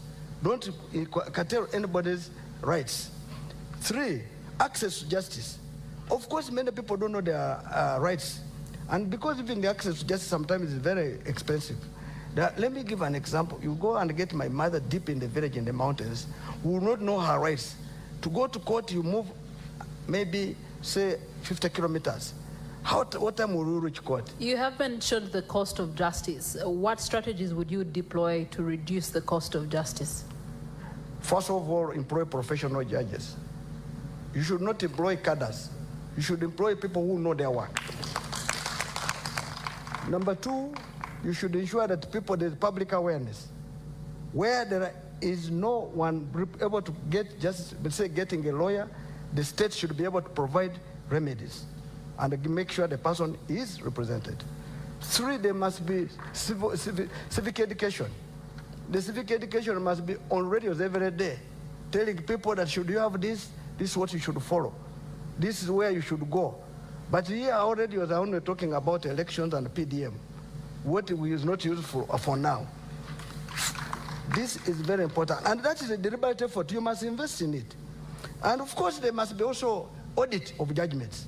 The Judicial Service Commission, which is the one in charge of it, should audit these judgments to confirm if the judge was right or not. Of course, when I meet a judge, I'm meaning giving the magistrate grade 1, grade 2, grade 3 going upside. So we will need that. Also, the other one is we employ people whom have not even investigated, audited. In Kenya, they did it well. Before somebody is appointed, the public talks about them. Some of these people we employ are criminals, and they are the ones dealing with this. Some of them are merchants. So these are the things we should deal with. The public should come out, be public hearing before somebody is employed in the judiciary. Thank you for that.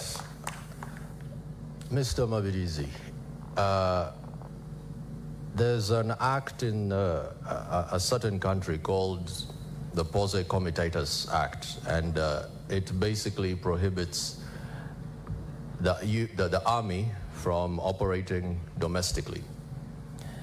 From your approach of regionalism, how would you fix the Ugandan army? As we've heard, reports now saying that they will be responsible for protecting the vote after it's been cast, which is domestic approach, usage. How would your regional approach address this? Thank you so much, Mr. Moderator. First of all, I want to arrest your fears. I'm going to start from the other end, not from where you want me to start from.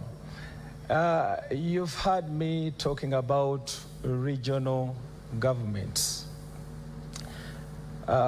If you can recall, in 1980, there was a man called Mayanja Nkanj.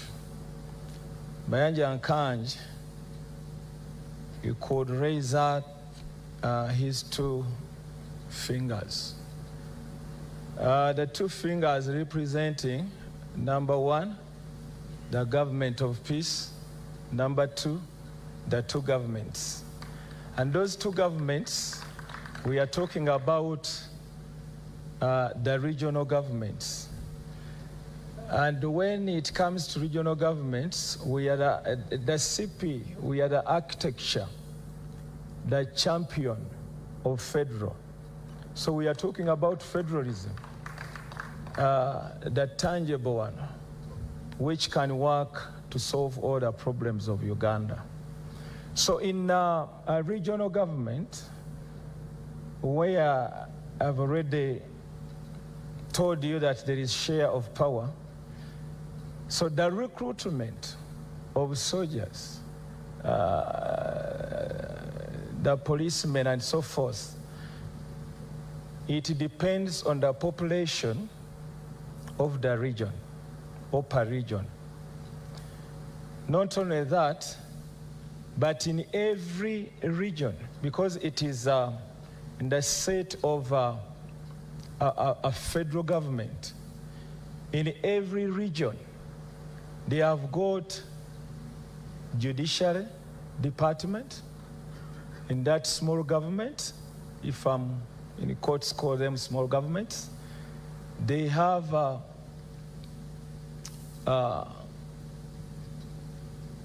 department which concerns with security. They have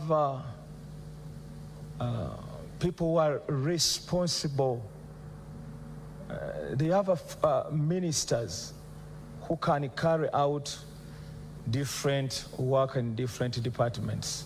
So with such a setting, you would have waved away or dealt away with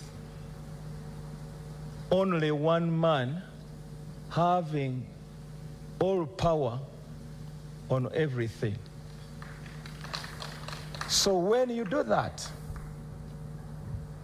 the regional governments cater for their security because they are independent in their setting. These are federal governments. So they cater for their security, though they do work with the central government because it's a shared responsibility. It's a shared way of handling and working or promoting security in a nation. So once you have instituted regional governments, you will not have any problem with security. And when we talk about security, security starts with the citizens, getting to know who is my neighbor. So once the setting is in regional government, whoever enters that region, at least people get to know, each one has got to know his neighbor. Once there is any visitor who comes, so they get to know that so and so has come in. So with that, and having put judicial courts in all those regions, secured jobs for people. People have shared the power and responsibility, so you will not face any problem which concerns security. So we don't need to borrow any other kind of security abroad or looking at a certain government. We can just do our own here. Once we get to know that what can solve all the problems of Uganda is federalism. Without that, leaving power in only one man's hand, nothing can change. Thank you for that, candidate Mabirizi. At this point, Priscilla. Well, at this point, you are reminded that we'll be closing this debate at 11 p.m. And as we do so, we do believe that you have reactions, you do have some comments. We do have sector leaders in our audience this evening that would like to respond to what has been submitted of our 5 candidates. Equally, our online audience has some burning questions, and so we'll be interacting with you in a short while. Let's start on our final bend, finance and economic development. And I'm going to start with the man who has told us that on the race to 2026, he intends to put money in what? In our pockets. Hey. Okay, fixing the economy is just one element, but one who's a financial advisory. What does Uganda need to fix the economy, with or without you as president? Nandala Mafabi. I think you are aware. Let me start from 1986. In 1986, our budget was 777 billion, before removing the 2 zeros, 86, 87. And that budget was able to do a lot of work. You know, they did what they could. Even university students who would study for free, somebody would say it was only one university. Currently, if you remove 2 zeros, you get 7.7 billion. Right now, our budget is 72.3 trillion. That means it has gone more than 10,000 times. But what have we got? So all along this time, what has happened is what? One, wastage. We're talking about corruption. Is one of our main problems in this country. Every year, they steal over 10 trillion shillings. Now, when they are stealing that money, first, it increases the demand on taxes. So that's why people have to pay taxes to cater for theft. In our economy, we have money in houses. It is counted in circulation, but it is not houses. But let me focus on the one of this current one. Now, 72.3 trillion, yet we are estimating to collect 72.3 trillion, yet we're going to collect 37.2 trillion. It means already we have a deficit financing of 35.1 trillion. What does that mean? It means we're going to borrow. Now, that's what we go. They'll go to commercial banks. I'm sure they're going to also to go to money lenders like our local people are doing. But that already is a demand on cash in banks. Now, when the banks will be preferable to lend money to government than the private sector.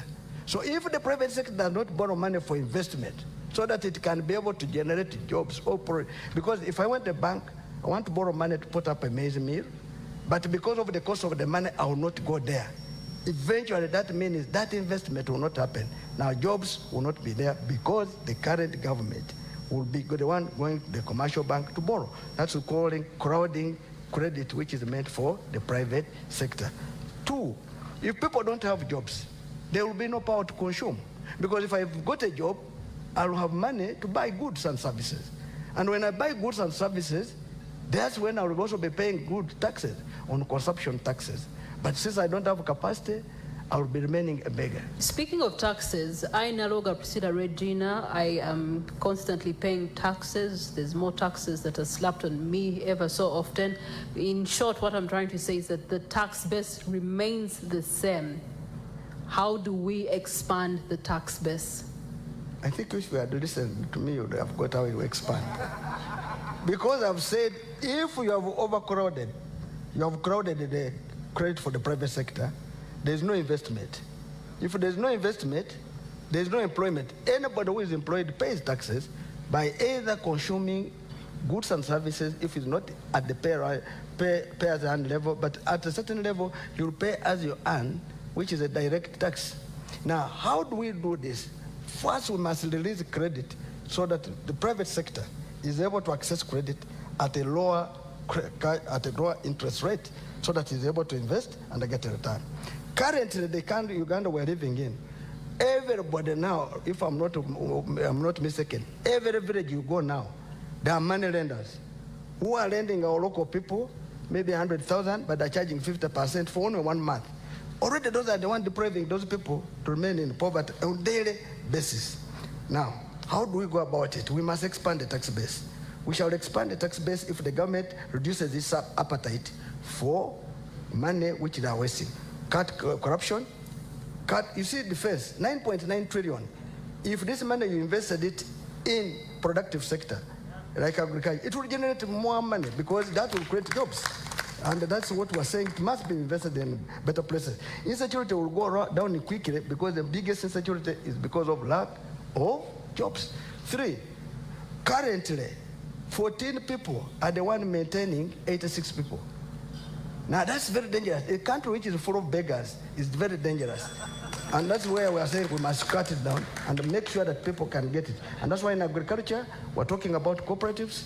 Everybody what will grow, government will Okay, thank you so much. You can find more details in the manifesto for the Forum for Democratic Change candidates. We're going to allow you to take a breather as we are getting reactions from the audience. We do have various sector leaders that are in our audience tonight. Amos Wekesa has joined us this evening, and he's been an ambassador of Uganda's tourism, so much so that he ended up setting up shop in a neighboring country simply because of the things that you, candidate Nandela Mafabi, are talking about. Amos Wekesa.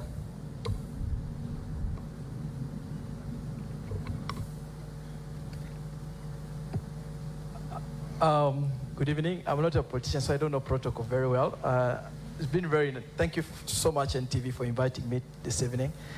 And thank you, presidential candidates, for very good insights that we've listened to this evening. Of course, I will be a little bit biased that Mr.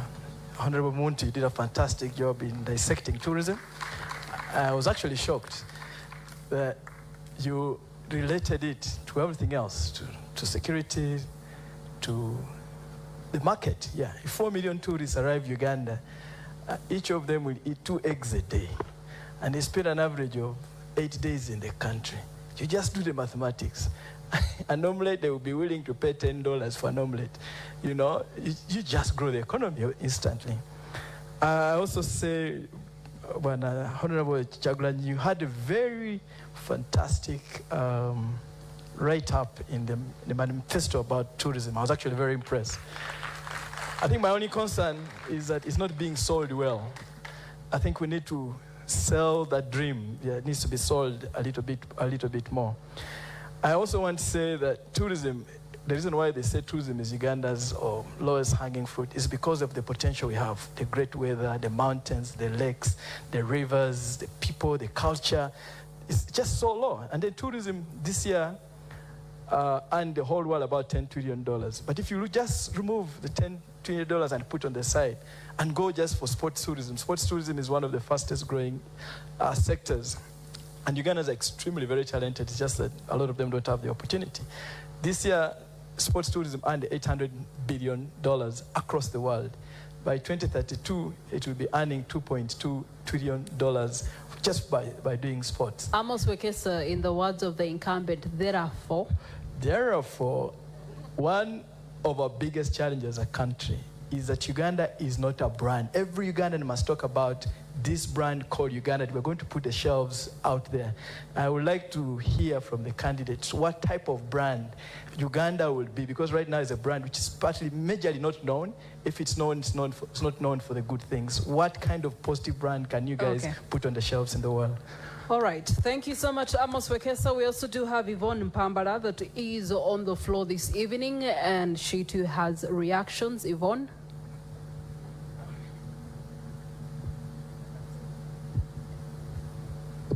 Our online audience, please keep those questions coming. We're going to be turning to them a little bit later on Facebook, on X, as well as TikTok. We're also streaming live on our websites, NTV Uganda, as well as Daily Monitor. Yvonne? Thank you so much for the opportunity. I'm glad that NTV has put a very spirited fight for us to be able to be at this debate. It's very unfortunate that we have 3 candidates that have shied away or cowered away. That's what I would call it, because it's very key for majority of our presidential candidates to come here and put a spirited fight in terms of what they feel is the vision for Uganda. So I appreciate the candidates that have made that deliberate choice to be here, and Uganda does not take it for granted. So we see you. Thank you. It's becoming very, I would call it problematic from the kind of generations we come from, that, you know, the voter apathy in Uganda has gone high because Ugandans no longer believe in the systems, not even elections. They don't believe in elections anymore. I feel that is one of the biggest problems, because we're going to sit on these platforms and talk and give the visions.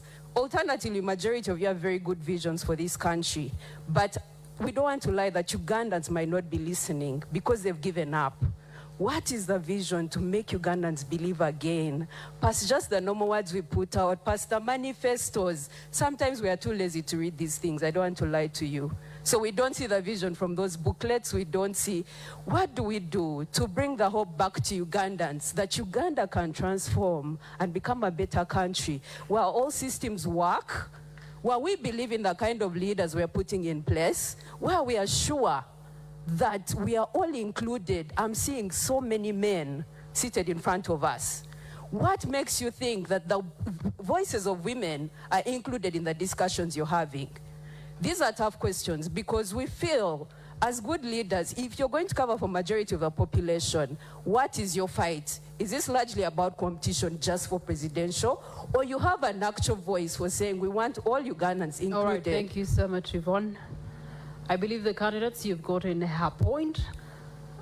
Priva, I do believe you also do have a reaction for us in the house. To our audience on KFM and Dembe FM will also be coming to you. Equally, those of you that are streaming live on YouTube will be with you shortly. Priva. Miss Kasire Evelyn Kent, talk to us. What do you have to ask? Thank you so much.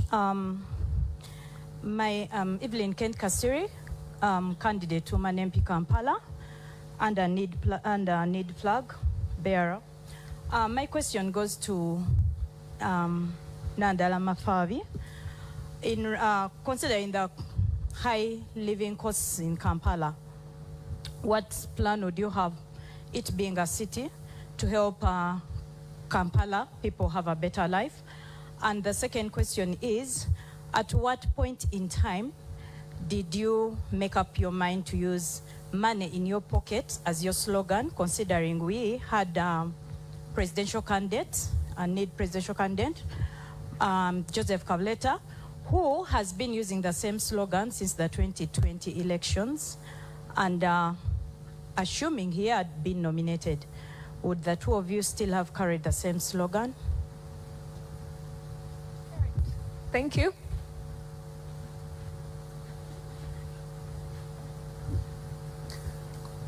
There's another gentleman here. Please make your submission. Thank you.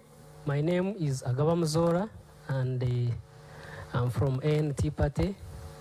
I'm also a candidate for Member of Parliament for Kampala Central, representing ANT. My question goes to Honorable Robert Chagrani, and it relates to the recent confrontations his camp has had with Uganda Police and other related security agencies.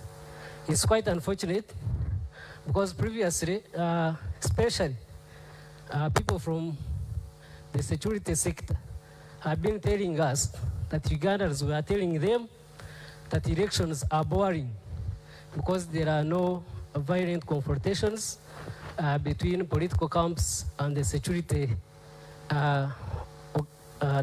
people. But they were not pointing at which Ugandans were saying that. To me, I took it to be that it was from their mouth. And so, as we have progressed, we have seen that boredom go away. Your question being? But also, the question is, Mr. Chagulanyi, when you are in Kawempe, there is a video attributed to you telling your supporters that in Uganda, kati muri bayekera, mutambule mudeo wakanga bayekera, bwe mutuuka mukole ebikorwa ebyekiyekera.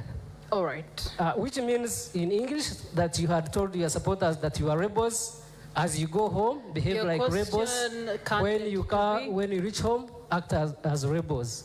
Are those statements truly yours? And if true, what actually did you mean? Because we got different interpretations. All right, thank you so much. Of those statements. You know, politicians speak a lot. So, gentlemen, this is my floor. I will have you continue that debate somewhere else. But your point has been duly received by the candidate that you're referring to. All right, Anwar Katamba, talk to me. Oluzungu ennaku zino lwafuna ebigambo bingi. Njagala y'abooluganda balina ebigambo ebitonotono kubanga obudde butambudde. Waliwo enampisa erinnya njagala nnyo ebyokumpaanawaana. Let him first pick a candidate there, then we'll pick somebody else from byonna bikole naye the man John Ken Ruchamzi neyanza nnyo NTV kino kyemukoze kiringa nga CNN kyeyakola mu America. Nze Kivumbi Ernest Benjamin njagala okubuuza ekibuuzo bakandidenti baffe just buli omu ayogere yes or no. Eggwanga lyaffe teribaddeewo na transition yonna eri peaceful emyaka gyonna. Singa omu ku mmwe akwata obuyinza mugenda kusonyiwa President Museveni ne famire ye ku lw'obulungi bw'eggwanga oba mugenda kumusiba? Kale toyanza nnyo toyanze kanfuneyo ekiri mu mbeera ey'abannamawulire. All right, let's keep the questions short and sweet and straight to the point. Let's hear from you. Amanya nze muwaddanku nnyingi. Ndi mubaka wa parliament ow'Ekyaddondo. Njagala okubuuza candidate Mugisha Muntu, Mabirizi, candidate Nandala, none yagambye okwogera mu Luganda. Candidate Bulira Frank. From the trend eri mu mawulire ne campaign nga zibadde zitambula, kiraga nti Uganda abangi bajumbidde nnyo campaign rallies eza presidential candidate Kyagulanyi Ssentamu Robert. Submission zammwe namwe muwulikisenga abataagala Mwai Museveni. Kikyalimbudde okwegatta emabega wa candidate Kyagulanyi Ssentamu Robert. Musobola okwekomitinga kati mukirowoozaako nteekateeka zammwe ki bwe tuba nga twagala okweddiza obuyinza nga bannayuganda. Ndowooza njagala okuwulira tteeka yammwe ku kwegatta emabega wa candidate Kyagulanyi Ssentamu Robert alabise nga yasinze obuwagizi mu public ne mu rallies. Anwar Katamba lindako. Anwar Katamba noonyeza omwami John Ken Ruchamzi. Then Privan noonyeza omwami gwe bayita Johnson Mayamba. Those will be the two questions we'll take on the floor. Then we will allow our candidates to respond to each one of them. Thereafter, we'll go to our online audience and also give them a chance to interact with their candidate. Presidential debate, Ras 2 2026 elections. Thank you very much. My name is John Ken Ruchamzi, the man. First of all, I would like to thank the NTV establishment for this wonderful organization of a debate of this magnitude. I'm making a comment from an intellectual viewpoint with reference to two presidential candidates, namely Owekitiibwa Mabirizi and Owekitiibwa Bulira. You have made a significant point with reference to your comments on federalism. One of the reasons why Uganda should go in for federal system of government is related to the gross mismanagement of Uganda today. Government is in shambles. If we don't pray very hard, even a military takeover could come in. So when the regions share powers. Honorable Echibuzo Chechiriwa. Yeah, no, I'm making a comment. No, oh, you're making a comment? Yes. Okay. When the regions share security powers with the center, and well knowing that Article 1 of the Constitution says power belongs to the people, by sharing that power on security, will reduce the gross expenditure we are giving to President Museveni and his family. A lot of money we are paying all is directed to security. Will insecurity not end? Shall we keep on being... Thank you so much, Honorable. That's a question, So, that is a comment for all of us to ponder. The regions need that power because under the federal system of government, power checks power.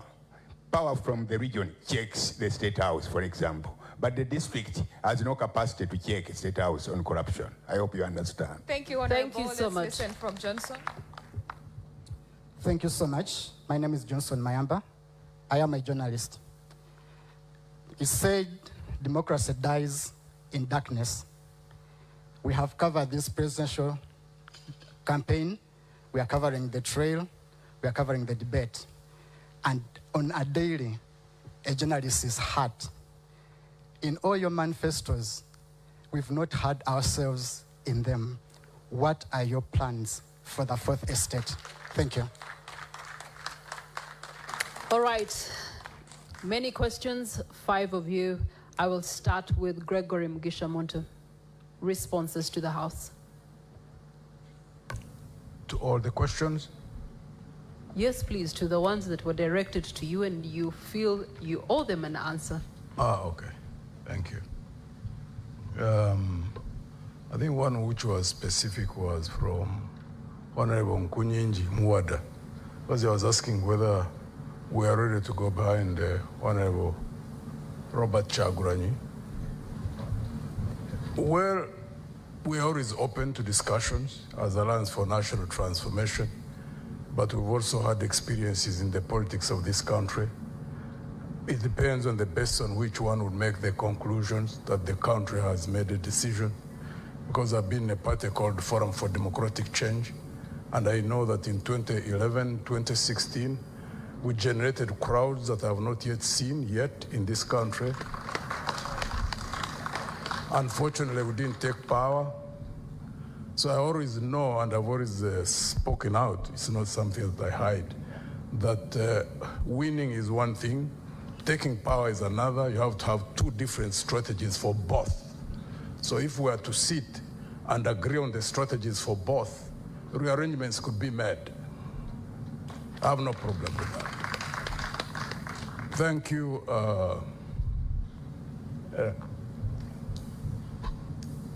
I think Yvonne talked about the raising of hope. I think all Ugandans really want to see a better future, need to invest in the raising of hope. And there are many Ugandans, men and women, who have got spheres of influence through which they can raise that hope in the people who are around them. We can't stop speaking. We are in a dark period, there's no doubt about that. But in every dark cloud, as you say, there's always a silver lining. So every Ugandan who recognizes that anything that loses hope starts dying must participate in that. You can't just leave it on the candidates. We must keep on resustaining the hope within our people, because if there is absolute loss of hope, like I noticed when you go up country, then the future will really be very, very bleak. do everything humanly possible to talk to people, to tell them that things always change. There is always a turning point. Even us, we will get that turning point, but we all must focus to a future that is better than what we're experiencing and work, invest into it. There's no way a better future is going to fall like rain, which unfortunately seems to be what most people hope or expect that is going to happen, that you leave it to just 8 people roving all over the country. No, 7, not 8. 7 is already, a different category. Is the one who want to throw out of power. So the 7 of us, you can't say we can't be the only ones who raise hope. There are many more Ugandans who can discuss these issues on the dining table, in the taxis, in the borders, wherever they are, because hope is what sustains us as a people. The moment you lose hope, you start dying. Wekesa Amos, thank you for recognizing our understanding of what the potential for tourism is, because I can't even understand why anybody who seriously looks at growing an economy cannot look at tourism as one of the focal areas for investment. Uganda have not even tapped beyond 30% of the potential that we do have. If we had time, we would go into details in regard to that. And well, the colleague from Went, it's unfortunate that you asked that question. You know how this regime manipulates information, manipulates people? So we stand with Honorable Chaguranyi in all the things he's doing. It's unfortunate that the security services are really focused on breaking the crowds which they do have, which they used to do to our candidate in FDC when we were there. They have a way of trying to do things in such a way that they cause clashes within the opposition forces. We will not allow that. Even when we are separate, even when we are running different campaigns, we will stand together against the tyranny of the regime.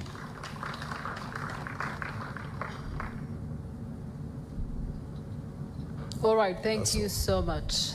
The rules of engagement still remain the same. Each candidate has 4 minutes to respond to all the questions from the floor. We'll go to the next candidate, Frank Bulira.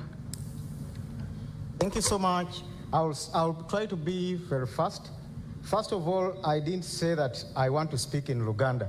I just said I want to reduce the English. That is the #1 problem of this country. We want to liberate this country. Not speaking a lot of English. It won't help us. First and foremost, Madam Yvonne, thank you so much. Voter apathy is majorly because of loss of hope. It is with the opposition, apparently, that has to give hope to the majority of Ugandans on the opposition. As we speak, the opposition is only looking at how many members of parliament shall we get in order to get more iPod money, not removing Mr. Museveni. That is why, as the RPP, we have not even positioned any single candidate for MP, because people are just looking at getting 50 million because they lost hope. They think and believe that Mr. Museveni cannot go. So they say, Nange kangabanireko wano, let me get a call 300 million. With Mr. Museveni, God will decide. That is the problem. We, the opposition, we are now the problem of the country. People are looking for iPod money. For us, we are not looking for iPod money. Dr. Chingi left a great foundation for our party. That is the reason as to why we are looking at removing Mr. Museveni and bringing back sanity in the Pearl of Africa. So the opposition is majorly contributing on loss of hope and voter apathy. People have lost hope. But I know when I become president of the Republic of Uganda, all MPs from the different parties will join me. They will cross over. I could not waste a lot of efforts and money putting in funding presidential candidates, parliamentary candidates, because the major focus is removing Mr. Museveni and everything will go into the straight line by itself. Secondly, Honorable Mwadanku Nyingi, thank you so much. I respect you, comrade. You talked of coalition or getting behind Honorable Chagulanyi. I appreciate Honorable Robert Chagulanyi's role in bringing this struggle where it is. But what you should know, Honorable, is that this struggle started way back from the Kairas, the Dr. Semogerere. Dr. Semogerere in 1996 had the biggest crowd, which we have not seen. Haji Nassan Jege Sebagala had a crowd, a 1 million march. He didn't even smell at presidency. Retired Colonel Dr. Kiza Besigye, go and look at the footage of the rallies Dr. Semogere had. I mean Dr. Kiza Besigye had. Dr. Besigye has not delivered us to Canaan. It's unfortunate. The crowds are important, but it has to be a guided crowd with a focus, as General Monto said.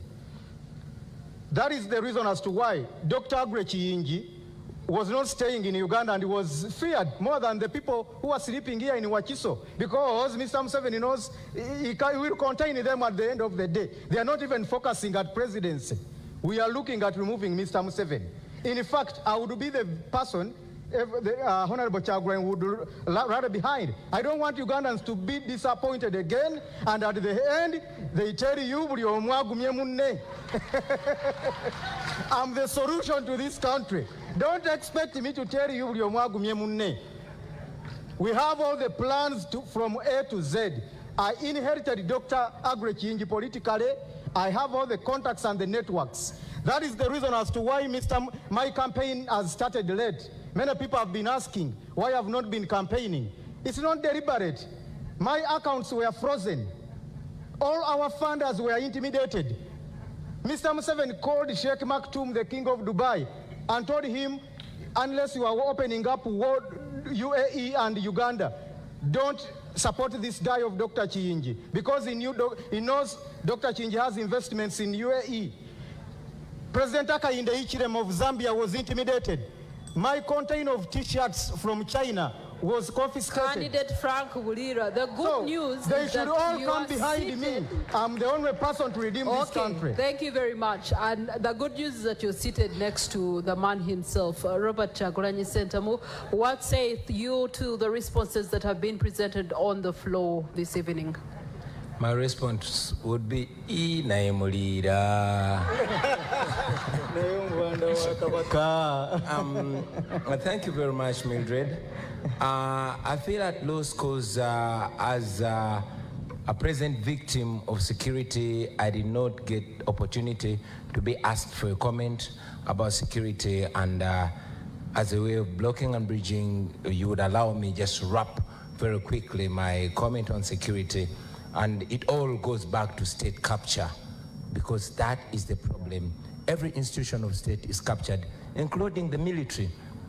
And unfortunately, it's the military that is being used to capture the rest of Ugandans. The question of the military was settled way back in 1995 when the current constitution was promulgated.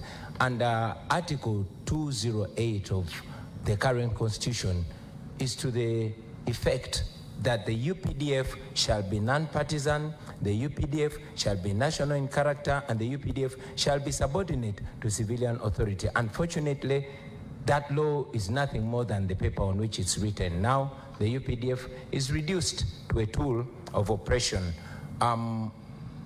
It has been said before that there are no bad soldiers, there are only bad commanders.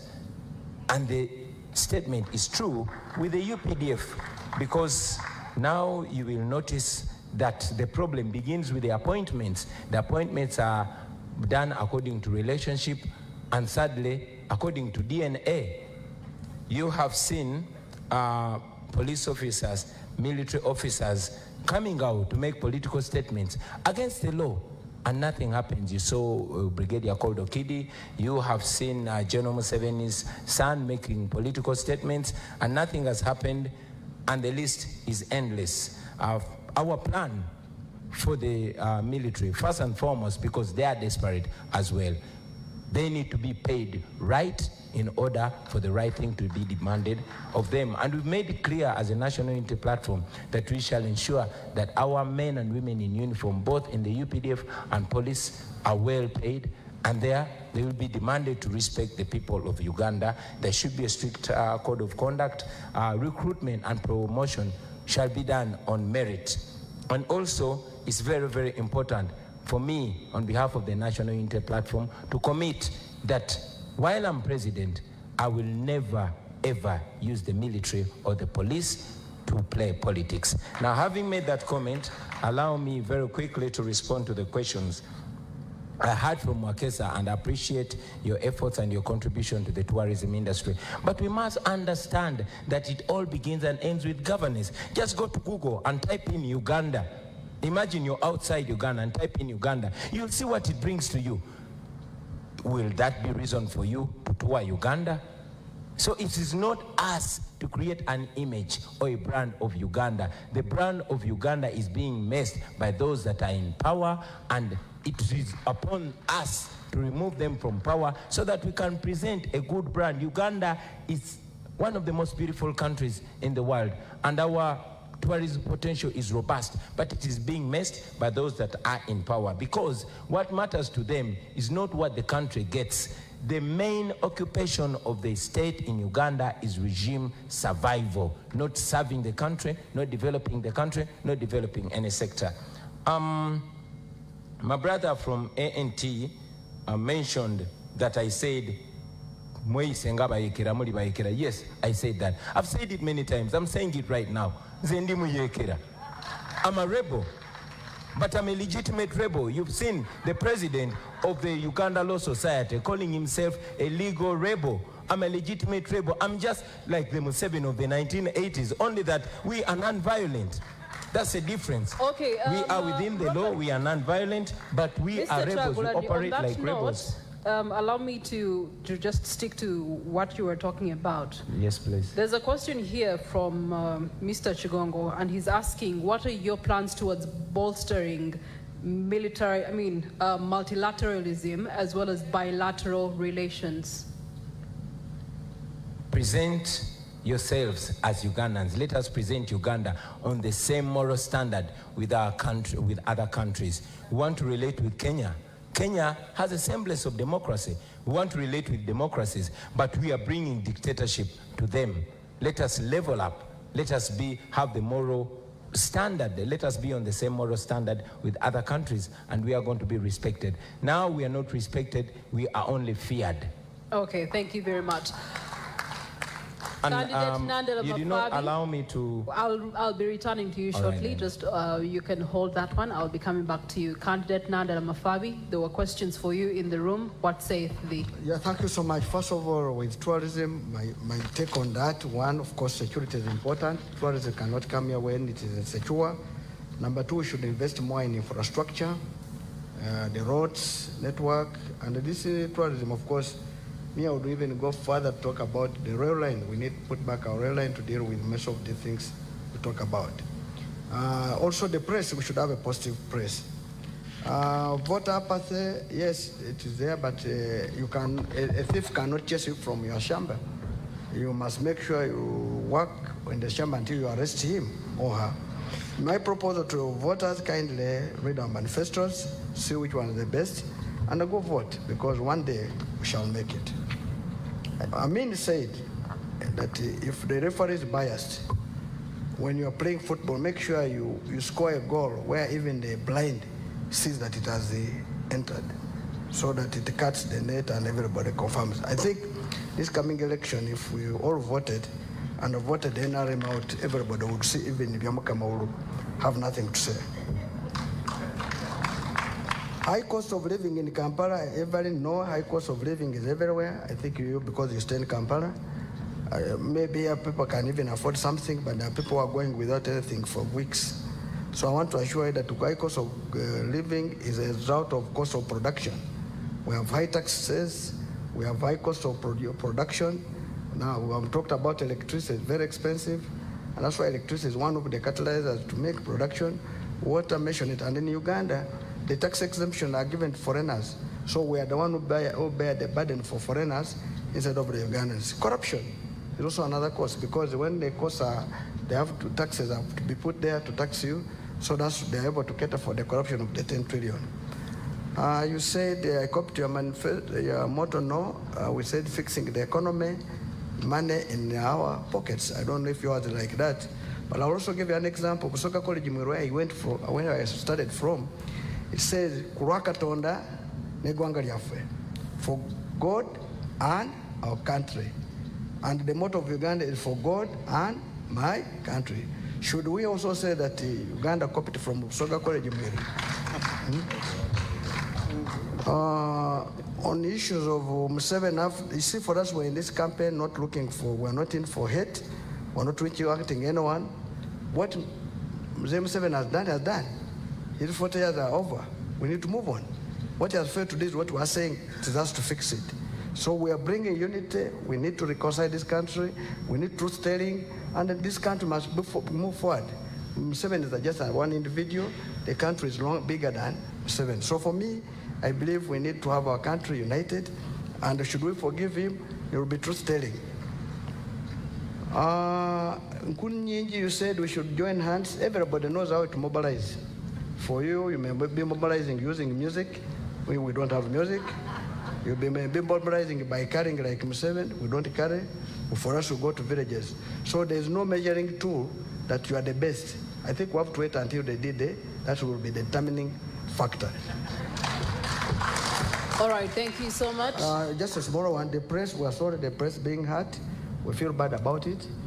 And of course, even this is where I want to make a comment that I think the state should come out clearly.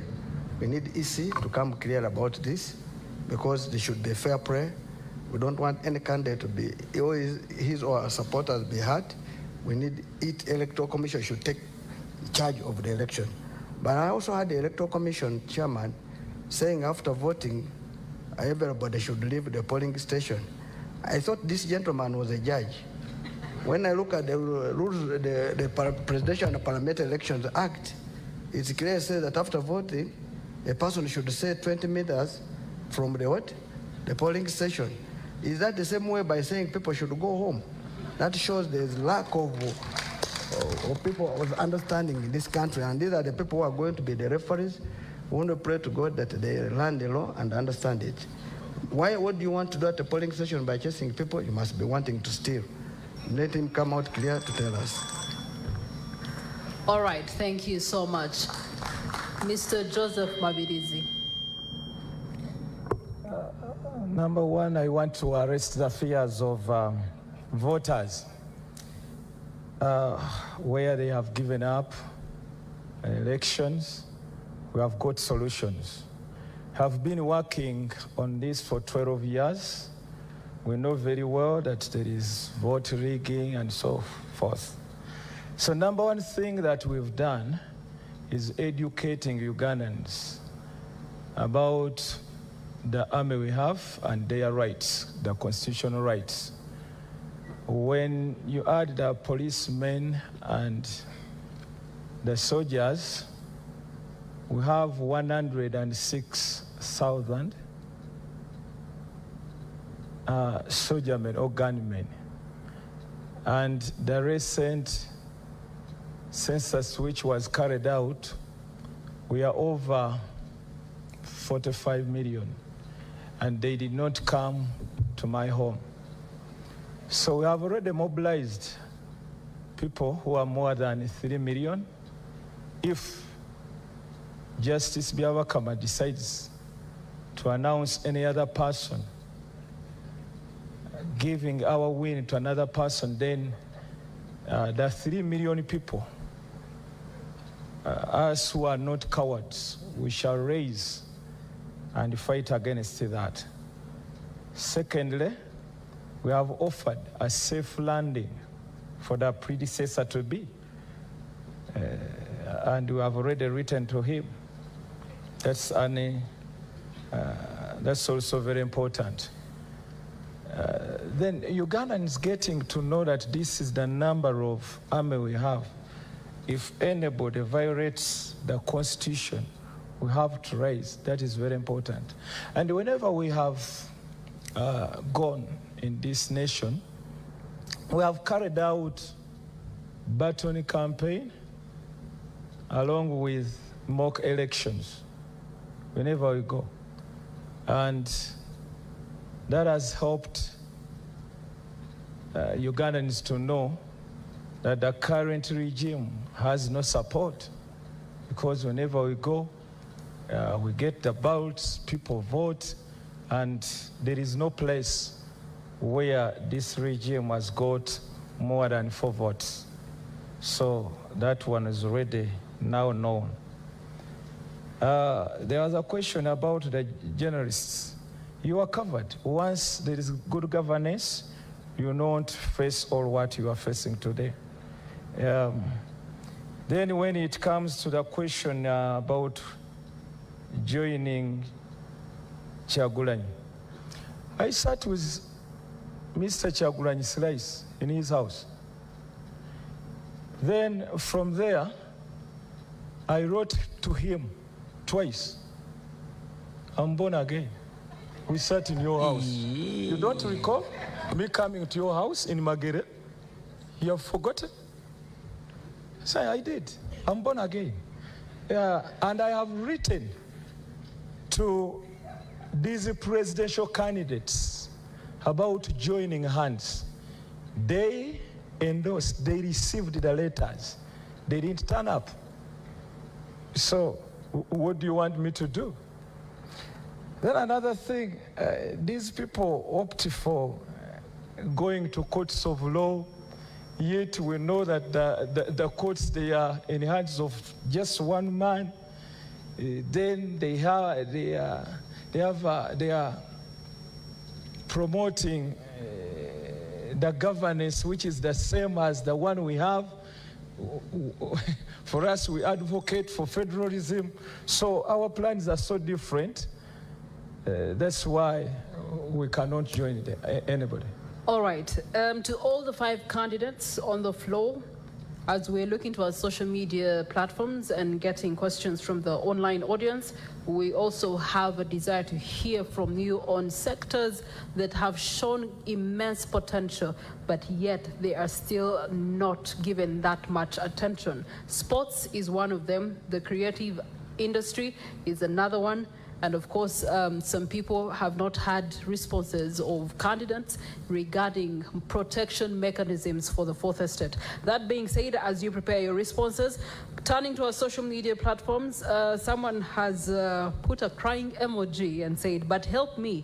As Uganda started out as a federal state, but the system collapsed. Nigeria is currently also running on federalism, but it is constantly facing ethnic, religious, and regional clashes. How different is the federal system they are suggesting? And of course, that is to candidate Burira. Then we also do have on X Okello George, who says, given Uganda's history of contested elections and past allegations of electoral violence and media suppression, what concrete, viable steps will you take as a candidate to guarantee a free, fair, transparent, and peaceful election, including protection of opposition, free speech, and unbiased media coverage? This is in the case that you are the president at that opportune time. We also do have Rango 3_8 on X says, Uganda has one of the youngest populations in the world. What is your vision for empowering youth to lead in innovation, youth to lead in politics, and youth to lead in entrepreneurship? How will you engage young people in decision-making processes? And I'm going to take the final one from X. I am Sami says, 1, how do you plan to leverage technology to boost Uganda's economy and improve the lives of citizens? 2, what strategies would you implement to increase access to digital services, especially in rural areas?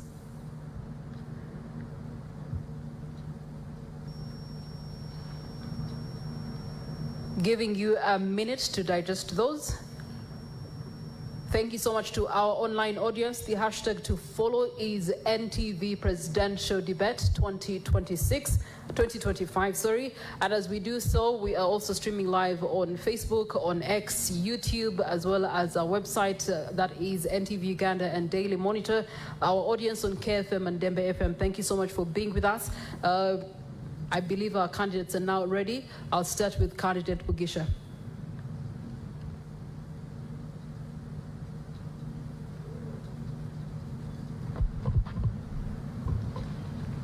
The areas which have high potential but where there hasn't been adequate investment, as they have indicated, like in sports, like in the creative industry.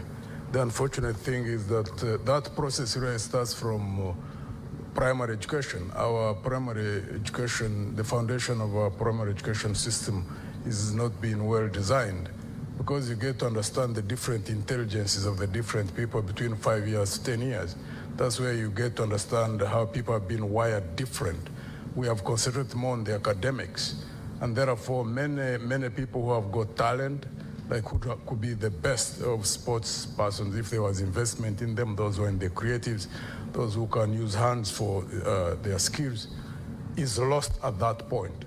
We would have to redesign that, so that the moment you detect that someone is talented in sports or in the creatives or in skills in using their hands, then as they go through the academics, but you specifically invest in those and put their specific institutions at a higher level, that would make them international grade in whatever they are doing.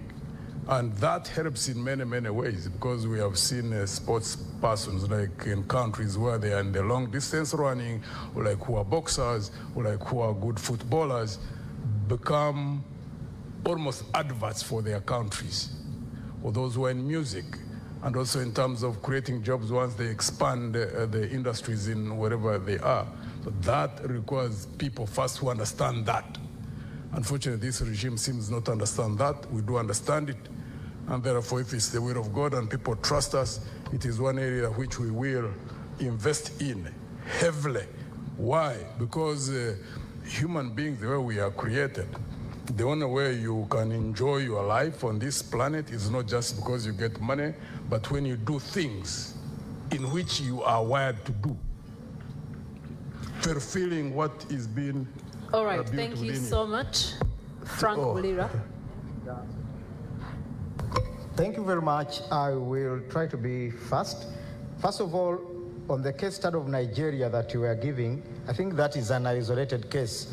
I need you to also look at other countries that are being run on the federal system of governance vis-a-vis other countries which are not moving under the same system of governance. Then looking at the issue of creative industry, I think here there is a big weakness by this government, especially in promoting talent. I don't know whether they are just selfish or I don't know. It's like these people were just imported and they are in a wrong country, governing a wrong country. It's like they are just passing through Uganda, going somewhere. Because of late I saw the She Cranes trying to fundraise for money to buy air tickets. She Cranes, they are representing Uganda. Can you imagine? Going to businessmen, Ham and others, looking for money, upkeep, and you see people kneeling down before Mr. Museveni in the State House, getting sacks and sacks of money for self-enrichment, and you think you are promoting talent in a country. I've seen money being embezzled in the National Council of Sports, but when you go to the Gogo Cricket Oval, it is really in a sorry state. I was still, it's okay. Thank you for that. Mr. Jagulanyi, you're next. 2 minutes. Thank you very much. I always reiterate that the problem is about governance. And if we fix the government question, everything will flow. But before we fix the government question, everything, every resource in Uganda is going to be reduced to regime survival, from public to private. Now, I'll tell you that I come from the creative industry, and I know how robust that industry is. But as we speak right now, I'm an artist, but without quoting any law, I was banned from performing my profession. Just a few days ago, a renowned artist called King Saha was blocked from performing, from having a concert, not knowing that when you block an artist like that, you're denying thousands employment. So the regime that we have here does not care about anything. All it cares about is regime survival. We must remember that the few times Uganda shined internationally, it has been either because of sports or because of creatives. When we get the gold medals, or when our artists shine internationally. Unfortunately, even the creative industry has been captured today. You notice that we have a member of parliament who is an artist called Dr. Hildeman. He presented a copyright amendment bill. It was sat on by the regime because it empowers the creatives to be rich, to be productive, and to be able to employ other people. Very quickly, in our manifesto, we present the 4As because we want to build the creative industry right from school, right from childhood. We have a generation now that has not gone to school. It is unemployed and unemployable. We are grappling with it. But we have a new Uganda, a young Uganda that's coming, and we have to plan for it. And we're beginning this from school. We have 4As, that is the academics, the arts, the athletics, and agriculture. Now, leave alone the academics. Let's talk about the second A, that is the arts. In the arts, if we start focusing and investing and prioritizing the arts, you'll get thousands, if not millions of Bobby Wines. I am an artist. I came from that line. I was able to guide myself. And it is that benchmark, it is that example that we want to bring and use in the schools, the same way with sports and all other areas. All right, Nandala Mafavi Nathan. Thank you so much. I forgot something about Evelyn. How do you reduce cost of living? You reduce cost of production, you reduce taxes, you expand the tax base, and remove tax exemption to foreigners. You will find that the cost of production goes down and the cost of living will be lower. Sports facilities, we have it in our manifesto. For us, we believe the Achibwes here, the Dockers here, is it in Zukuru? If they had no facility, if they had better facility, there are more people here. That's why we're saying we need to put stadiums in every sub-region, and we are saying that at every sub-county there must be a real same facility to deal with sports. I'm not good at it, but we need to promote people's talents. If they are artists, they should be able to be promoted. I agree this should be taught from primary, going upward. Like sports also, they should start from primary. Youth, we have a plan of youth. For us, we are talking about enterprises. If you read our manifesto, it's very clear how we plan. We're saying every graduate, when he's living at the gate, will be handed 1 million shillings to start life. And when he doesn't have any job within 6 months, there will be enterprises to be set up, which the youth will manage, and they will be able to create jobs for others. They are very clear, and we're looking more in agriculture, in ICT, because now this is the current one. Because if we talk about technology, digital platforms are really most important. But unfortunately, the internet is too expensive. I'm sure it might be the most expensive in the world. But in most countries, the internet now is so, even on the streets, the internet free, where they should access. Currently, for example, most multinationals are using the youth, giving them jobs. Let me give an example. Like you get a multinational, say, auditing, preparing my accounts.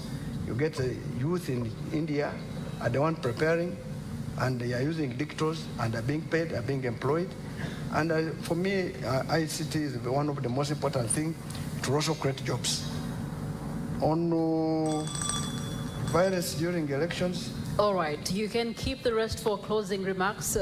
Each candidate will be given 5 minutes to close this debate and to say one last word to the voter, the constituency, 45.9 million Ugandans. Let's have a response from Mr. Joseph Mavidizi. Youth empowerment. Let me talk about youth empowerment. It starts with education. We need to overhaul the education system to come up with the education which fits our needs. Today, the education we have, it doesn't benefit. There's a microphone that is on. Let's switch it off. Thank you. Yes, it's on. It doesn't benefit those ones who pay school fees, the parents, neither the children. So we have a committee. It's already working upon that. We want to have a new system of education which can benefit Ugandans. Secondly, we are planning to give free internet services right away from May next year, so that will no longer be a problem to Ugandans. Then we want to use both the transferred technology and also the local one. It will help us in innovation, skilling, hence job creation, which shall have so many opportunities of employment for unemployed. Then injecting more money in creative industry, that one will help a lot because it has become a job when you talk about music and drama, when you talk about sports. So we aim at injecting more money in those sectors. Thank you. Thank you. Thank you very much for that. As we wrap up, allow me to hand over to all the 5 candidates, 5 minutes each, to give us their closing remarks and reflections and what they plan for this country, in case you missed anything out. Sadly, we do not have enough time. We planned to touch on economics and finance, but maybe you can squeeze all of that in those 5 minutes. I know it's brief, but over to you. Candidate Muntu, could you please start us off? Thank you. General Museveni is going to leave us a broken country, deep in debt, lawlessness, frightening levels of poverty. All systems and institutions have been broken down. There's almost nothing which can check power. The culture of a people who have so lost hope to the point that ordinary people are selling themselves for 5,000 shillings. Leaders are being bought at a higher rate, maybe 50 million, 100 million. That's the state of affairs that we do have in this country. And we are growing in terms of population increase. We have 47 million people. Another 25 years, we'll have hit 100 million people. We are going to face a larger crisis if there's no change of leadership. Also, too, the nature of change.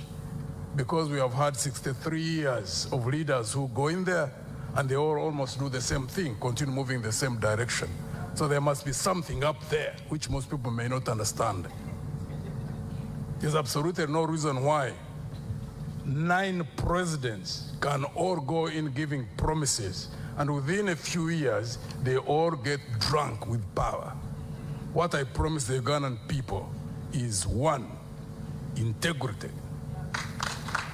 resoluteness in standing by what I've believed in since I was 23 years old. I am a man of his word. What I tell you today is what I tell you tomorrow.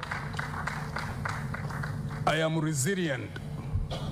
I've been tested, not just by money, which was unchecked. There were no systems in the army. When I commanded the army, I established the systems of managing national resources. I believe in equality before the law. I believe in justice. I believe in equal opportunities. Everywhere where I've been, I have ensured that I practice what I talk about. Therefore, consistency is very, very important. And more so, I project myself based on my track record. So, if it's the will of God and the people of Uganda trust me as I ask them to, it's not that I'm going to be tested. I've already been tested. Money, power, and high office has been the Waterloo for many, many leaders. Talk is cheap, Americans say. Where we are at, a broken down country, where it requires rebuilding of systems, reestablishment of functioning institutions, requires someone who has the character that by God's grace I do have. I work in teams. I am good at managing teams, at selection and managing teams. Understand the challenges we do have as a country. The future, if it's going to be different in terms of culture, in terms of direction, is not going to be easy sailing. It requires a resoluteness and determination, for example, to fight corruption. Is not an easy job because there are going to be counter forces that are going to fight, domestic as well as foreign. It requires management of national security services, the army, police, and internal security services. which require sophisticated management in the manner where we are now, we are in a very, very precarious situation. Let me give just one example. The nature, the frightening situation that we are in. There is a constitution. Everybody knows that if the president was going to a coma, the vice president would take over. I have asked in 8 districts where I have been that experience. I tell them, who of you believe that if General 7 was sliding into a coma, that Honorable, the vice president, you need the name? Jessica Lupo? Jessica Lupo. She's a colleague, she was in the army. So Honorable Jessica Alupo, that would take over. Hey, people look at me as if I've just fallen from space. I have not seen anywhere where they raise their arms. And I've been asking publicly, because I'm not able to access those who are in security services, but for them take a cue to look that as a red flag. If something is in the Constitution, and every Ugandan knows that we are going towards a transition, one way or the other, and you have a situation where people don't even believe in what is in that Constitution, to those who are in security services, those who are in government, need to know that there is a problem in this country, and it needs to be handled. Because we are 47 million people. General 7 is one individual. The security of the country cannot be tagged on one human being. I keep asking people, because there are those who say if General 7 goes, that the country can easily go down. I ask them, if God recalled him tonight, would he go with the country? Of course, they say no, he won't go with the country. Therefore, we need to deal with the country. What needs to be done? And that requires experience, ladies and gentlemen. That's why I ask for trust from the Ugandan people. And I always keep telling them, whatever we will sow is what we will reap. Thank you. Thank you very much, Candidate Muntu. Over to you, Candidate Bulira. Thank you very much. Dear Ugandans, as we close up this debate, it is a memorable debate that it may be the last time you're seeing me here as an ordinary Ugandan. In the new Federal Democratic Republic of Uganda, starting next year, 15th, just be rest assured all will be in peace. I'm just going to highlight on what we plan as the RPP. I'm staying focused. What we are planning for a new Uganda. We want a new Uganda under the federal system, period. The rest will be sorted. First and foremost, let's also look at our brothers and sisters who are working in the diasporas and living out there. The Kadamas. Instead of we as politicians just going to have selfies with the Kadamas in Dubai and Saudi, we need to help them. They are contributing, bringing in a lot of remittances yearly to this country, contributing to our economy. These Kadamas are being harassed. These are our sisters and mothers. They are sleeping at Banias Square. They are sleeping on empty stomachs. They are being raped, but government is quiet. Even the opposition is quiet. It's just having selfies with them, politicking. I'm here to help the Kadamas. I'm their hope. I've lived with them. Dr. Chinja has helped many of them. So, just as the government of Philippines did, they sat with the Sultan of Qatar, they sat with the president of UAE and said every Filipino who is working in UAE must not be paid less than $500, or else he or she goes back to Philippines. And as we speak, Filipinos are in heaven in Dubai, and Ugandans are sleeping on the streets and in the bed spaces. Much as even there are Filipinos sleeping in the bed spaces, but they are living a higher life. Yet Uganda is far more developed than the Philippines. It goes back to governance. We don't have leadership. We don't have leadership. As a president, I'm going to sit with Sheikh Al Maktoum and we negotiate on the issues of, the issue of Ugandans working in the UAE, in Saudi Arabia, Qatari, Turkey, and all other countries in the Middle East and the entire Gulf. We need to save our sisters. On a serious note, money is coming from those brothers and sisters contributes a lot to the country's economy. On the issue of tourism, I had earlier sat with some sheikhs in UAE and Dubai municipality, plus using the contacts of Dr. Chingi since he had shares in Emirates. And we wanted, they had done a survey that Entebbe International Airport has the best terrain for a nice airport. And they were suggesting with the government to have Entebbe International Airport as the base or headquarters of Emirates in Africa. Mr. Museveni refused this simply because they wanted to employ workers on UAE standards, being paid highly, and UAE directly being involved in the recruitment of Ugandan workers. Look at that selfishness. Up to now, that project was put on hold. Entebbe, we don't have an airport. We are the only country which doesn't have an airport. Recently, Madam Mama Nyerere was locked up in a lift in Entebbe International Airport. That's when Mr. Museveni came out to pretend like he's chasing workers at Entebbe International Airport. It is the only airport where these electric stairs don't work. They only put them on when they are international guests. Even poor countries like Zambia and Malawi have real airports. We don't have an airport, and it is the gateway to the country. It is the gateway to the tourists. We want to put down this airport, and we have a reasonable airport. In fact, it's even going to be named Sir Edward Mutesa International Airport. From Entebbe is meaningless. All countries, when you go to Kenya, their main airport is the Jomo Kenyatta International Airport. Their founding father. Go to Malawi, it is the Kamuzu Banda International Airport. In Tanzania, it is Julius Nyerere International Airport. Oliver Tambo International Airport in Johannesburg.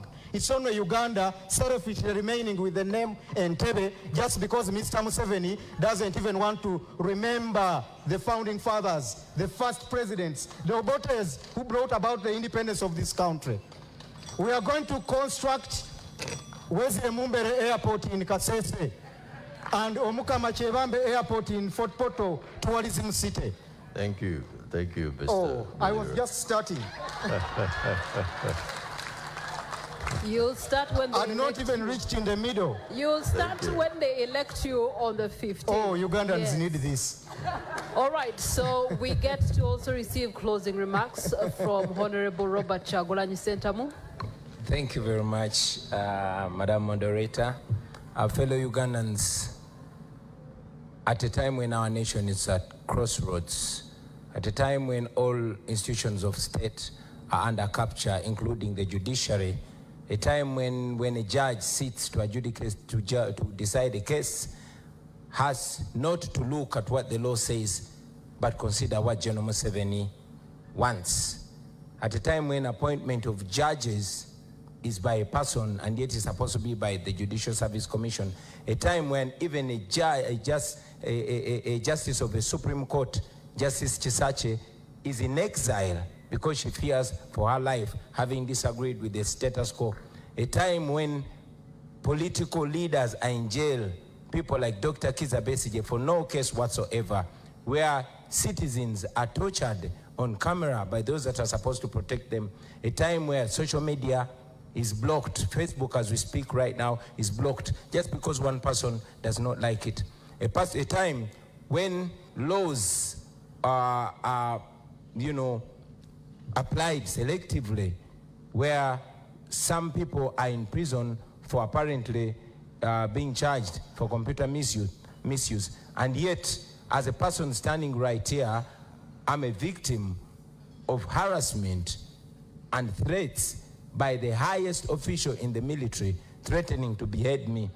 In a time where a country is completely captured, I want you to know that a new Uganda is possible. A new Uganda can come, and it's by you and me. Ladies and gentlemen, I come to you as a typical Ugandan. I've grown up in your faces. I've grown up from the lowest of society to here where I am today. I am a symbol of resilience, a symbol of discipline. I came from the ghetto, the worst of character, but to be that I'm a happily and decently married man, well educated and all that, that speaks of my character. Ladies and gentlemen, I present myself to this generation, to unite this generation, to uplift this generation, to stop tribalism, to unite the country. And with your support, with your endorsement, I am sure we can all change Uganda. I've said it before and I say it again. I don't present myself as the most capable or the most educated or the oldest or the most experienced, but the most committed to lead this generation out of slavery. When you vote for me, when you vote for the National Unity Platform, you'll be voting to end 40 years of dictatorship. You will be voting for servant leadership. I present myself not as a boss, but as a servant. And most importantly, we as a nation will be able to march forward together. Therefore, ladies and gentlemen, please remember that we have an opportunity to redefine our history, an opportunity to start over again. This opportunity is coming on the 15th of January to end the hate, to end the historical injustices, to end tribalism, and to rebuild our country. I am sure Ugandans, especially the young ones, love each other. They want to live together, but they are stuck in the past. It is our opportunity to unchain and unhinge and move forward. Therefore, I call upon all of you to vote for me. Yes, I have the highest respect for all these contenders right here, but I'm the best choice. The people of Uganda have shown it to you. It is only a pretender that will not agree that the person elected to be president of Uganda in 2021 was Kyagulanyi Ssentamu Robert. The people of Uganda have consistently shown it to you from the north to the south, from the east to the west. None of the candidates can win me in an election, even in their own backyard. Therefore, I might fail to convince them to join the winning team. But you, the people of Uganda, have always taken a lead. You have led us. Please lead us. Let us liberate our country, and forever we shall end this slavery. I thank you for God and my country. All right. Let's have order in the room. We do have other candidates that are worthy of their time. And now turning to candidate Nandela Mafabi Nathan for your closing remarks. Thank you so much. I come in this election, as I stated from the beginning, to fix the economy, and we have money in our pockets. I heard my colleague was asking that I copy their motto. I've been reminded theirs is money in your pocket. For us, I say money in our pockets. The country we're in right now, the main issue we have is greed. That's corruption, which is a cost, a big cost to this country. It's the one which is making cost of production go high. It's the one which is making the country of people to be overtaxed. And the moment we stop this, this will mean we're going to reduce the taxes. And the moment the taxes are reduced, there will be more money at your disposal for consumption. And the lower living will be better. Two, we come with a plan to invest in productive sectors. And that's why we're saying our budget, 10% of the budget will go to agriculture. And the moment the agriculture is up there, bring back the cooperatives, which I come with an experience from just cooperative union, because one of those which had been taken away, and now it is there thriving. We believe people will be able to market their produce from their cooperative societies, like cotton, like tea, like coffee, like tobacco, even cassava. Right now, cassava is the one which is leading in starch. And 1 kilo of starch, $360. That's about 1,400. We used to have a factory for starch in Lila. It was destroyed. And we believe if we grow cassava, we shall make money in starch. So, in this process, we're going to create jobs. And the moment we create jobs, people will have money, because then they will have capacity to buy goods and services. I come here with experience in the area of economics. in the area of accountability, in the area of financial management, in the area of taxation. And I know how poverty is painful. I come from a village. I studied from a village school until I reached Busoga College, Mwiri. But by then in education, you never needed to be in town to be able to go to a good school. You needed to be in a village and you'll go to a good school. And that's why we're saying we must revamp our education system so that we go back to the basics, so that Ugandans can access good education and be able to lead a better life and develop themselves. In this election, I know we have many candidates, but the problem now is not anything. It's about people suffering because of poverty. The moment we resolve poverty, insecurity will go down. The moment we resolve employment, people will be better lives. I am here. I understand what you go through. Every village, there's a money lender. A money lender who is charging our mothers and fathers very expensive with the knowledge of government. This is very dangerous. How do you charge somebody 50% per month on a loan of limited, just a small loan? This is going to end because people are suffering daily, and that's why we come with a very big investment in the financial sector. We'll return back the cooperative bank, which is in the law. And this is the one which is going to help cooperators. We'll bring the agriculture bank, which is also going to help the farmers. And whatever you grow, if it cannot be sold there and then, it will be put in silos. Government is going to put drivers which are going to stimulate this growth. And the government should lead in this process. We are going to ensure the economy belongs to Ugandans. Our economy currently is for foreigners. The telecom sector belongs to foreigners. The construction sector belongs to foreigners. We believe Ugandans should be the one to lead. I will give an example. To construct a road, all 95% of the materials are from Uganda. The stones, the cement, the sand, the water, and the laborers. Why would a road in Uganda, 1 kilometer, cost money which can make 20 kilometers? It's because of corruption. Corruption must be dealt fully, without fear or favor, and we shall lead by examples to ensure that justice is done without fear or favor.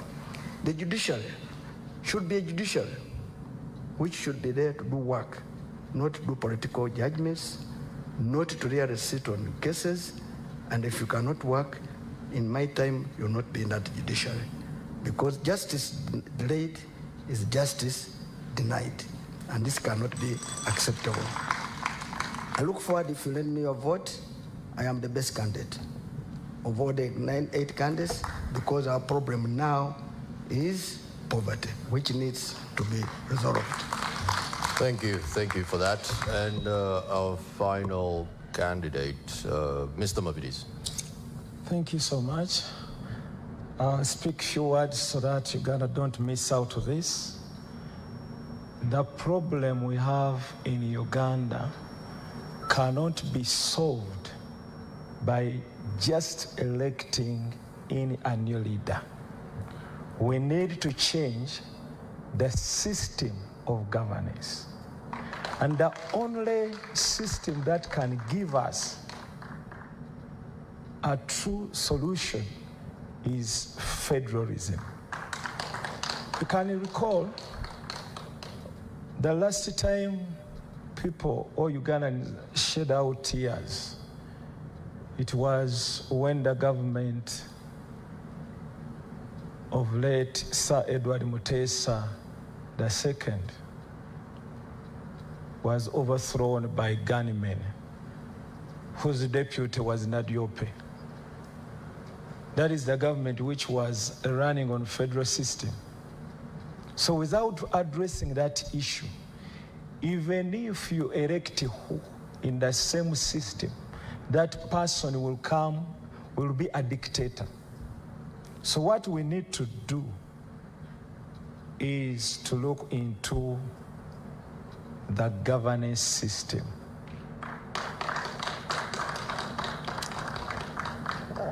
Our manifesto covers a lot when it comes to land, There is a policy on land use. This nation is covered with land grabbing in every part of Uganda. And it wasn't a problem before until this government came in, where a lot of government people go out with a lot of money, buy land, chase people from their land. So we need a policy on that.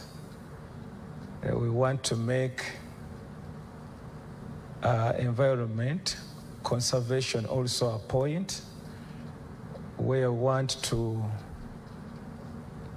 make Uganda a forest again by planting fruit trees along all the roads, the feeder roads, the Tamaka roads. It will help us when it comes to rainfall formation, but also employing so many people. How? I talked about getting simple machines to use, that is agricultural modernization, which is very important in our nation. But let me give you an example. Kenya, they have got mangoes, but their juice is not sweet as the mangoes of Uganda we have here. So they come here, they buy mangoes, they take to their nation. Go to supermarkets and ask for juice that comes from Kenya. It costs 15,000, 20,000, 10,000. Our juice here just costs 3,000, 2,000. So we need that value addition and the things that we do here. And that will will open for us a large market that is international. You know, we have been talking about East African Federation. Then Africa, Pan-Africanist, what? Before you do it in your country, you cannot trade it in anywhere else. We need to work. We need to make sure that in our country we have federal, so that we opt for East African Federation. And that is the problem that we are facing. Now all the countries, the neighboring countries, they are scared of us because of our way of governance. They don't know what will happen. And you've heard some of the neighbors saying, we had a settled nation, but now what has come, the instability, it is because of Uganda. So we want to deal away with that. There is another important thing that people are not considering. We have been voting, and we supported Honorable Chagulanyi, as said last time, and his win was taken away. So we need to do something this time around. As we go on, people have not considered some things like the biometric machines. We have written to the justice. Candidate. Maybe all of you have already voted in those machines. Where are the servers for those machines? All right, dear candidates, thank you so much. A round of applause for them. Uganda and the world, you have watched. The debate ends here. However, the choice also begins here. On the 15th of January 2026, you will be presented with a paper. That paper will have 8 candidates. You will have to make a choice, not a choice to give them a future, but a choice to give yourself a future that you want. That power lies in your vote come 2026. So as the debate ends here, the future is now in your hands. I am Priscilla Regina Naluoga. And I'm Arnold Segawa. Just for clarity, in case the people at the Dear Electoral Commission are watching, we want to reiterate as Nation Media Group that we trust in the biometric system, and we trust that you will actually give us a free and fair election. That is our stance. At this point, allow us to also mention, thank all the candidates who are here today. We will try our best to get another debate where the other candidates are there too. Some did mention that they were not given the invitation in time. We'll try to make this maybe 3 weeks in advance, preferably maybe the first few days of January. And I think we'll count on you showing up again. But we will get the ball rolling for all intents and purposes to get them at the next debate. Again, I'm Arnold Sagawa. Thank you again to our dear people in the crowd, should I say the audience. And allow me now to hand over to Priva and Annual. Thank you so much, our dear moderators, for moderating today's presidential debates. And also special thanks goes to our presidential candidates who managed to show up. It shows that you actually love Ugandans and you do